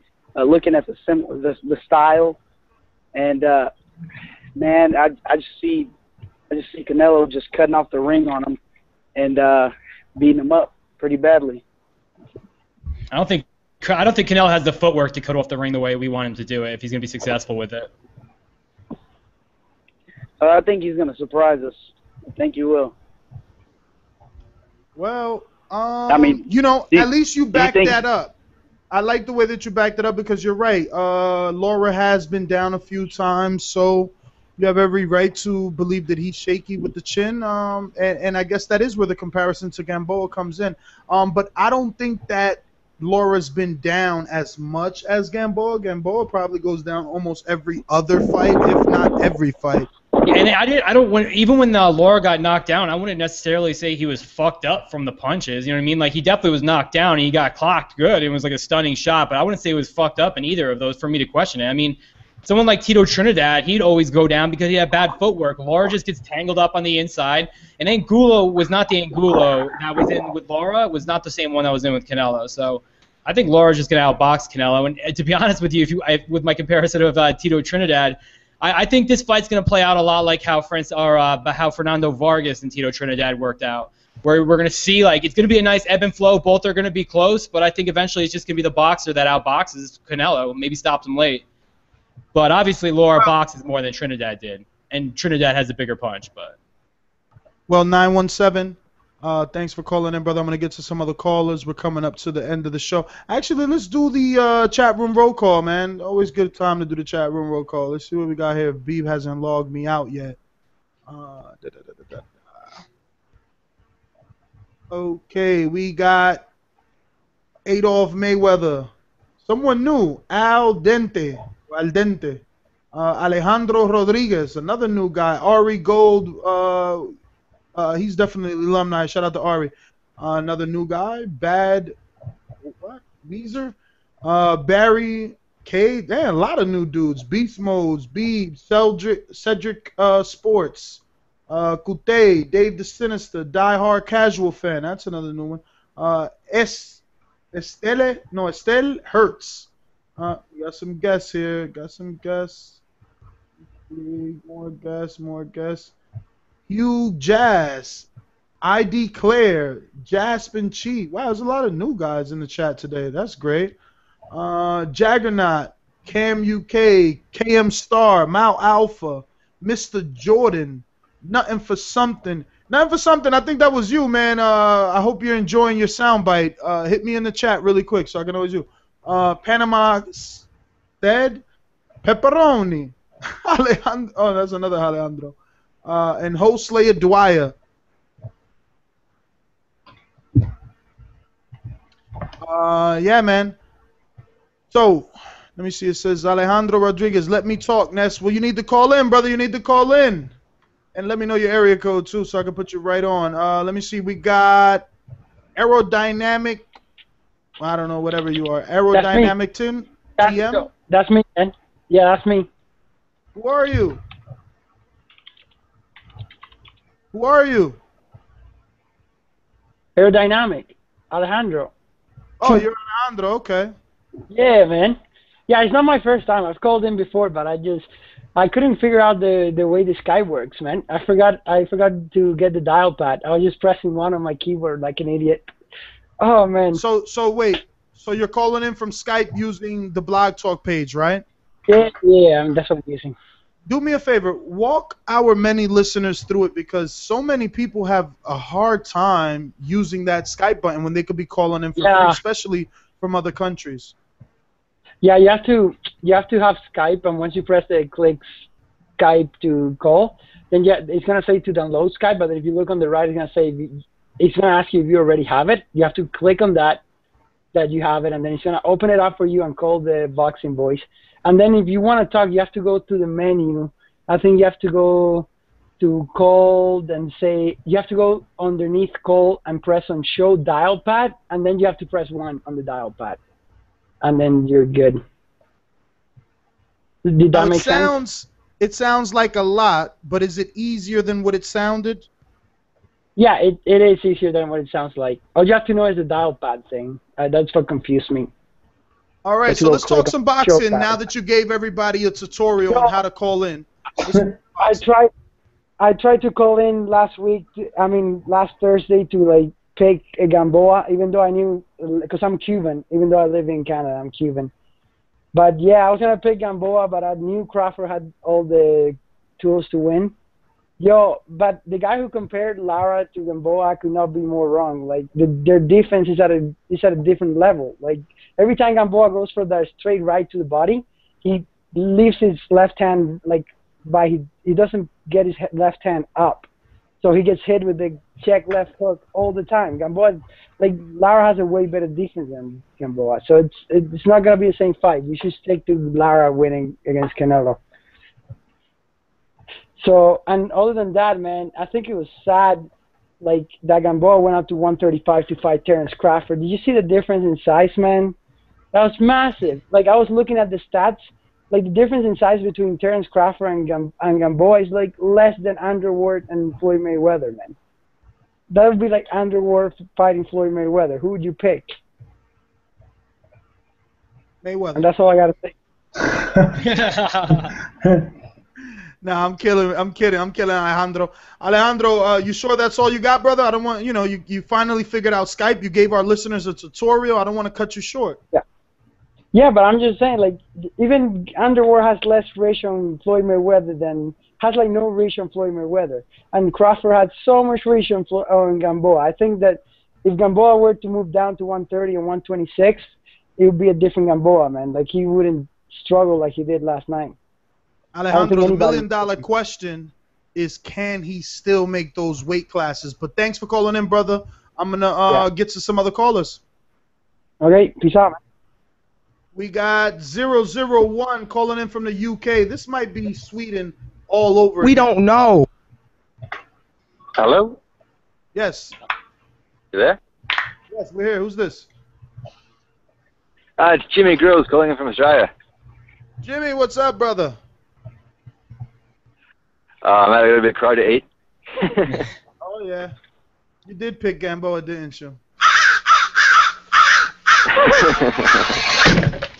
That's a little crow on the barbie. Yeah. I was feeling pretty confident after the first few rounds, but then it all went to shit. Jimmy, I'll ask you the same question I've asked everyone else. That nigga. Is this the illest nigga in Nebraska? Is you bout it, fool? Is Terence Crawford the illest nigga in Nebraska or what? Yeah. Nah, he was awesome. The way he mixed it up and just the skill set he showed, like it was phenomenal. He really just broke Gamboa down. I know people are saying Gamboa was smaller and all that, but I mean, I think it was the adjustments that Crawford made that was the defining thing, and also the fact that Gamboa, he wore out. He looked great what he was doing, then he couldn't deal with the changes that Crawford made, and he got frustrated and just went to that really wild, careless kind of offense, and he had a ton of heart, but it cost him in the end, and same size. If he was the size of Crawford, maybe you could have hurt him more with when he was successful, but that's not how it was. He wasn't bigger, and that's what happened. But I mean, you can't hate on Gamboa. He showed a ton of heart, and even people saying about his chin being shaky. I mean, he does go down, but in my opinion, it's more to do with him just getting wild and careless. Like, though he got up from some really big shots, and that final uppercut, I don't think anyone could take that. Like, that almost lifted his feet off the ground. Well, it definitely lifted that right foot off the ground. Yeah, I don't think it's so much his chin. I mean, like, he got up, he was taking a hellacious beating, and he showed a ton of heart, and he fought on like a real warrior, but he just wasn't good enough. He's going to have the same problem, I think. He needs to tighten up his defense. He can't get careless. If he actually, showed a bit of discipline and tightened it up, and worked on his boxing fundamentals, lacks, I mean, Jim. they are there. That's what he lacks, because if you guys, if the interpreter did a good enough job, I don't know, but if you spoke any Spanish, you heard his father from the first round telling him, keep his hands up. Don't do that again. Keep your hands up. Don't get careless. He kept drilling that every round, and Gamboa's fucking hard-headed. And you seen him. He put his hands out. He put his hands down. He put them out like Jesus Christ. Like he thinks he's badass. And I love the machismo, but when you don't have that it factor to turn fights around, you can't be doing those type of things. You can't be doing that. Like, yeah, if he would have just tightened the strings up a little bit, I mean, it was crazy. Like the way he was just coming in wildly. As soon as you get up from being hurt, just come rushing in with his chin hanging out, with throwing looping punches and stuff. Like, some people say like he's a typical Cuban, but in my opinion, I mean, he lacks a lot of the fundamentals, and it's more like a freakish athleticism and explosiveness that this wow factor. But I think he actually lacks some fundamentals, but a lot of it's discipline. I mean, he can do it. You saw what he did in the opening rounds, but I mean, I think it was a mixture of him fading and then getting frustrated and going wild, and the adjustments. But even, I honestly don't know, even with the adjustments that Crawford was able to make, whether he would have been able to do anything. I mean, obviously he wouldn't have probably got knocked out in such a dramatic fashion, but yeah, Crawford's legit, and that crowd was amazing. I couldn't agree with you more, Jim. Thanks for calling in, but he mentioned the stamina, and I'm shocked that not as many people are noting that Gamboa seemed to gas. I mean, was it an effect? I mean, clearly it was an effect of the punches, but you got to give Crawford the credit for landing those punches. 312, you're live on the Boxing Voice. It's the illest nigga in Nebraska. Yeah, he is, man. What's up? It's King J. King J, you picked Gamboa. Let me cue up some, crow pie for that ass.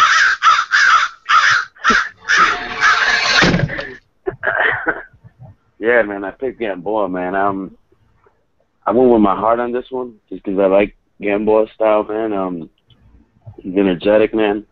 I kind of knew Crawford was a smart pick, but I kind of had a feeling that Gamboa was going to show a little bit of that power, man. But I'm done sticking with Gamboa, man. This was my last strike with him, man. He's careless, man. He doesn't follow game plans, man. He just doesn't give a fuck, He relies too much on his fucking athleticism, man. And that shit is not going to save you every time. That's going to save you against the Brandon Rios, you know, against someone that does the same shit all the time, man. But against a boxer that can fucking adjust to you, and it gets to the point where you got to start thinking once you're in that fucking ring, Gamboa doesn't have that fucking ability, man. He doesn't have that fucking ability. He's just one all offense, you know, try to get him out of there. Not fucking, you know, let's sit around, let's keep moving on this guy. No, dude, he attacks, and once he gets hit, he wants to go right back and get you. Now, let me settle down, let me move out, let me jab this guy a little bit for 1 or 2 rounds. No, he gets hit, and he wants to lunge in right away and fucking take you out with that right, man. And it came to a point, man, where Crawford seen that, man, and it was a matter of time where he was just going to adjust to it, man, and that's it. And the only way that Gamboa was going to get out of that fucking fight with the W was by fucking knocking Crawford out, man. I mean, I gave Gamboa 1 through 4, even though I thought the second could have been for either guy. And after that, but after the 5th round, I seen it right away, man. Crawford was adjusting. Gamboa wasn't listening to his fucking corner. And it was a wrap after that, man. Because if he had a little bit more of a fucking boxing IQ, when he seen that Crawford was starting to adjust to that style that he was doing, you know, he would have tried something else, man. He would have tried, I don't know, fucking jabbing his ass, you know, going a little bit more in and out. Keep moving, don't stop moving, man. But no, he would fucking go in there. Once Crawford caught his ass, he would try to stand in the middle of the fucking ring as if he was the bigger man and go punch for punch with Crawford, man. And literally Crawford, in one of the knockouts, man, it was fucking beautiful. He waited for Gamboa to finish the little flurry, man, and just got his ass with that uppercut, man. He was wide open for that shit, man. Wide the fuck open, man. He kept dropping his hands, man, like he had the toughest skin on fucking earth, man. Like, man, all that shit, if he's gonna go anywhere, man, it needs to stop, man. It needs to fucking stop. Like I said, man, that athleticism, man, you're a gifted fighter as far as athleticism, man, but it's only gonna take you so far, man. It's only gonna take you so fucking far, man, because once you're in there with a guy that's kind of fast, man, and he hits just a little bit less harder than you, and he's way smarter than you in boxing, fucking dude, he's gonna fuck you up. And then yesterday was a perfect example, man. It was a perfect example, man, of what the fuck happens, athleticism against a guy that's really fucking coordinated in boxing. And it happened to him, man, and, you know, that's it, man. Well, King Jay, I couldn't have said it any better myself, brother. Unfortunately, I just hope the Gamboa. I bet you sleep with the nightlight. Cause boy, that he was out. 214. You're live with the Boxing Voice. Who's this? That's serious background noise. Mowing the lawn over there. 347. You're live on the Boxing Voice. Who's this? It's the illest nigga in Nebraska. What's going on, Neff? What up, brother? It's McGomez. Just wanted to call in and say this is exactly what we needed, man. A good fight on the weekend after hearing that shitty news about the Danny situation and this whole situation with the fight not happening with what's that fight that just got called out? Or was that Porter Brook? Yeah, that too. Like it was a breath of fresh air.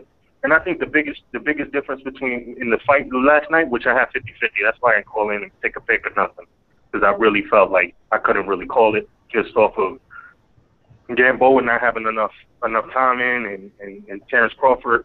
I think he did a great job going across seas, and I believed in him in everything he did because he has amazing skill, and he proved it last night. And I think that was the biggest thing between the two of them. Terence just had this ability to adjust in ways that I think Gamboa would have never and has never shown that he has the ability to do, is just be able to adjust and think on his feet. Terence Crawford is what we really need in boxing. He's a real champion that fights real fights. Well said, my friend. Well, thanks for calling in, brother. I guess final thoughts, man. Terence Crawford, he gets your stamp of approval? Well, I think he'll do well at 140. I would pick him against a lot of guys, but they would all be good fights. I mean, there is that element there of competitiveness that you have to say that, you know, maybe he could do this, maybe he could do that, but maybe the other guy could do this, maybe the other guy could do that. So There are some guys I would pick him against. There would be other guys that I would have to think twice about. But all in all, I don't see him staying at 135. I think 140 is eminent in the future. And I think Gamboa, as I said, not to beat a dead horse, I still think he can make some noise at 135. I'd like to see him in there with a Vasquez, a Figueroa. I think a fight with Mikey Garcia at 135 would be very interesting. But the fans were the winners last night. We got a good card, good fight. I didn't think the first fight was bad. I think that both those guys put on a good show as well. So all in all, good fight, good card, and I think both those guys still have some. Both guys have somewhere to go. It's not just that because Gamboa lost, he's done now. I still think he has a bright future, and definitely Crawford has a bright future as well. So let's see what happens next. James, would you be okay with Terence Crawford moving up next fight, taking on Thomas Delorme? Yes, that'd actually be a really good fight. I wouldn't mind that at all. Actually, that's a good point. Yeah, I really have no clothing statement. It's basically the same thing that Beeb said, man. I agree totally with him. So. Yeah, I do too, man. I think that we were treated as boxing fans. Beeb said it, like you said, the best. I mean, we were the ones that were the winners. Last night was a great card, but this weekend was a lot of action. And I was gonna end, but James, since you did watch Earl Spence, was it shocking to you that Billy Briscoe was in the corner of Ronald Cruz as only the cut man? I want to make that clear. He was not lead trainer. He was not saying anything to that fighter. He must have been hired to be the cut man, and that's all that he did. But knowing Billy Briscoe and the type of person that he is, and seeing that he showed concern for Rosado in the Golovkin fight, didn't you think that the corner should have stopped that Ronald Cruz fight? I mean, I know he was holding on to the fact that he's never been knocked out, but he couldn't win that fight. He took a lot of punishment for no reason. Yeah, I think they stopped the Rosado fight more because of how bad he was bleeding and the punishment that he was taking. So I think it was kind of an accumulation of things why he stopped that. But yeah, I noticed that last night too, and I thought it was weird. So I mean, I don't know. I just think that he was probably just doing a favor. Like you said, he's been on a bunch of Gabriel Rosado cards, so obviously those camps are close. I think he was just doing a favor because they probably needed a cut man. He knew how to do it. He clearly knows how to do it because Gabriel Rosado gets fucked up in every fight. Now, what did you think about Dominic Wade? Because I don't know if I was completely impressed with him.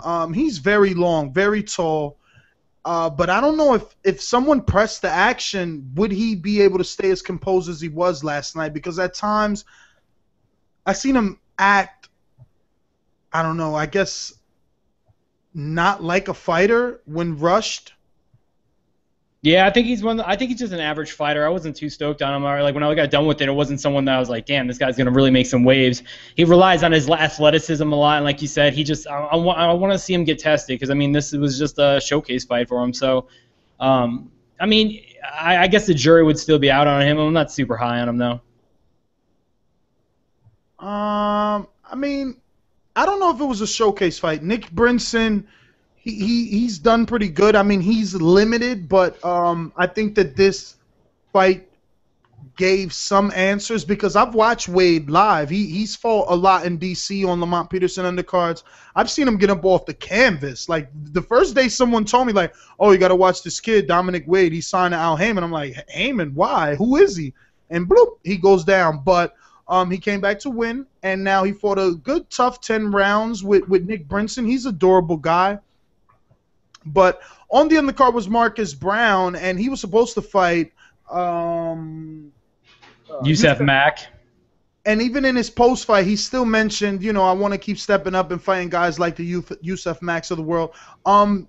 It seems like he alluded to that fight still being a possibility maybe down the future. What do you think? You think that still happens, or is it even needed after what you've seen yesterday with this one-round KO, which to me is nothing because, if anything, Marcus Brown, in my opinion, needs rounds. Yeah, no, I definitely want to see the Yusef Mack fight. I mean, I thought it was a good test for him if he went in there with him. So I mean, I still want to see it. Like I said, this guy came in with a week replacement, 2-week replacement. He blew him out in one round. So it was kind of a fight that fell through. They just needed to find someone to showcase him. But I mean, yeah, I think it definitely could happen in the future because I mean, you could see what they're doing with fucking Earl Spence. So they're gonna probably do it with Marcus Brown too. Now, did Dejan Lactacin impress you in beating Ricky Burns? I know that I'm supposed to be getting up here and talking a lot of shit about Ricky Burns, but I'm gonna do the exact opposite. I think he showed a lot of fucking balls because when he got hit with that left hook, he plopped down. That shit was loud. It sounded like they threw him off the top turnbuckle in wrestling. And he got up and he fought, but you know this guy was a hard puncher, and you know no one told Ricky Burns this wasn't a showcase fight. He assumed that it was, and he lost. And I wasn't mad at the decision. I really do think that this fight was 115-113. What about you? I didn't get a chance to see it, but what the guy who beat him do you think that he can make waves in the division, or is it just that Ricky Burns is that bad? You know, I don't know because the fights that I've watched of Ricky Burns, he's lost. Like he lost to Beltran, he lost the Crawford, and now he lost this one. I did watch the Mitchell fight where he blew Mitchell out. I just don't know. I'm not ready to give up on Ricky Burns, but I watched a lot of Eddie Hearn interviews in the lead up to this show, and they're gonna bring him back down. They're gonna dial him back to the domestic level. There's big domestic fights that they can make. They're gonna work on things, and Ricky Burns is not thinking of retirement. He's thinking about working on things, and he was really, really, you know, I guess how Europeans say gutted that he let his fans down. So I think he's going to come back, but he needs to change things up. MV Chu said it the best. I think he needs to come over here and train with some American fighters where he could get more looks, because we have more than just Americans. You got all those Mexicans, and we got, you know, every nationality, and it's just different styles, and I think that's what he needs because this guy, Lactacin, caught him right off guard, like in the middle of an exchange with that left hook, and then the entire fight was Ricky Burns trying not to be hit with another big punch. Shannon Briggs also was back in, and he got a 12-round unanimous decision versus Rafael Zumbano. Now, the only reason I bring it up is because normally when Shannon Briggs comes back, he's knocking guys out like Rafael Zumbano, and now he's going unanimous decisions with them. I know that he's trying to get another Vitaly or Vladimir Klitschko fight, rather just Vladimir.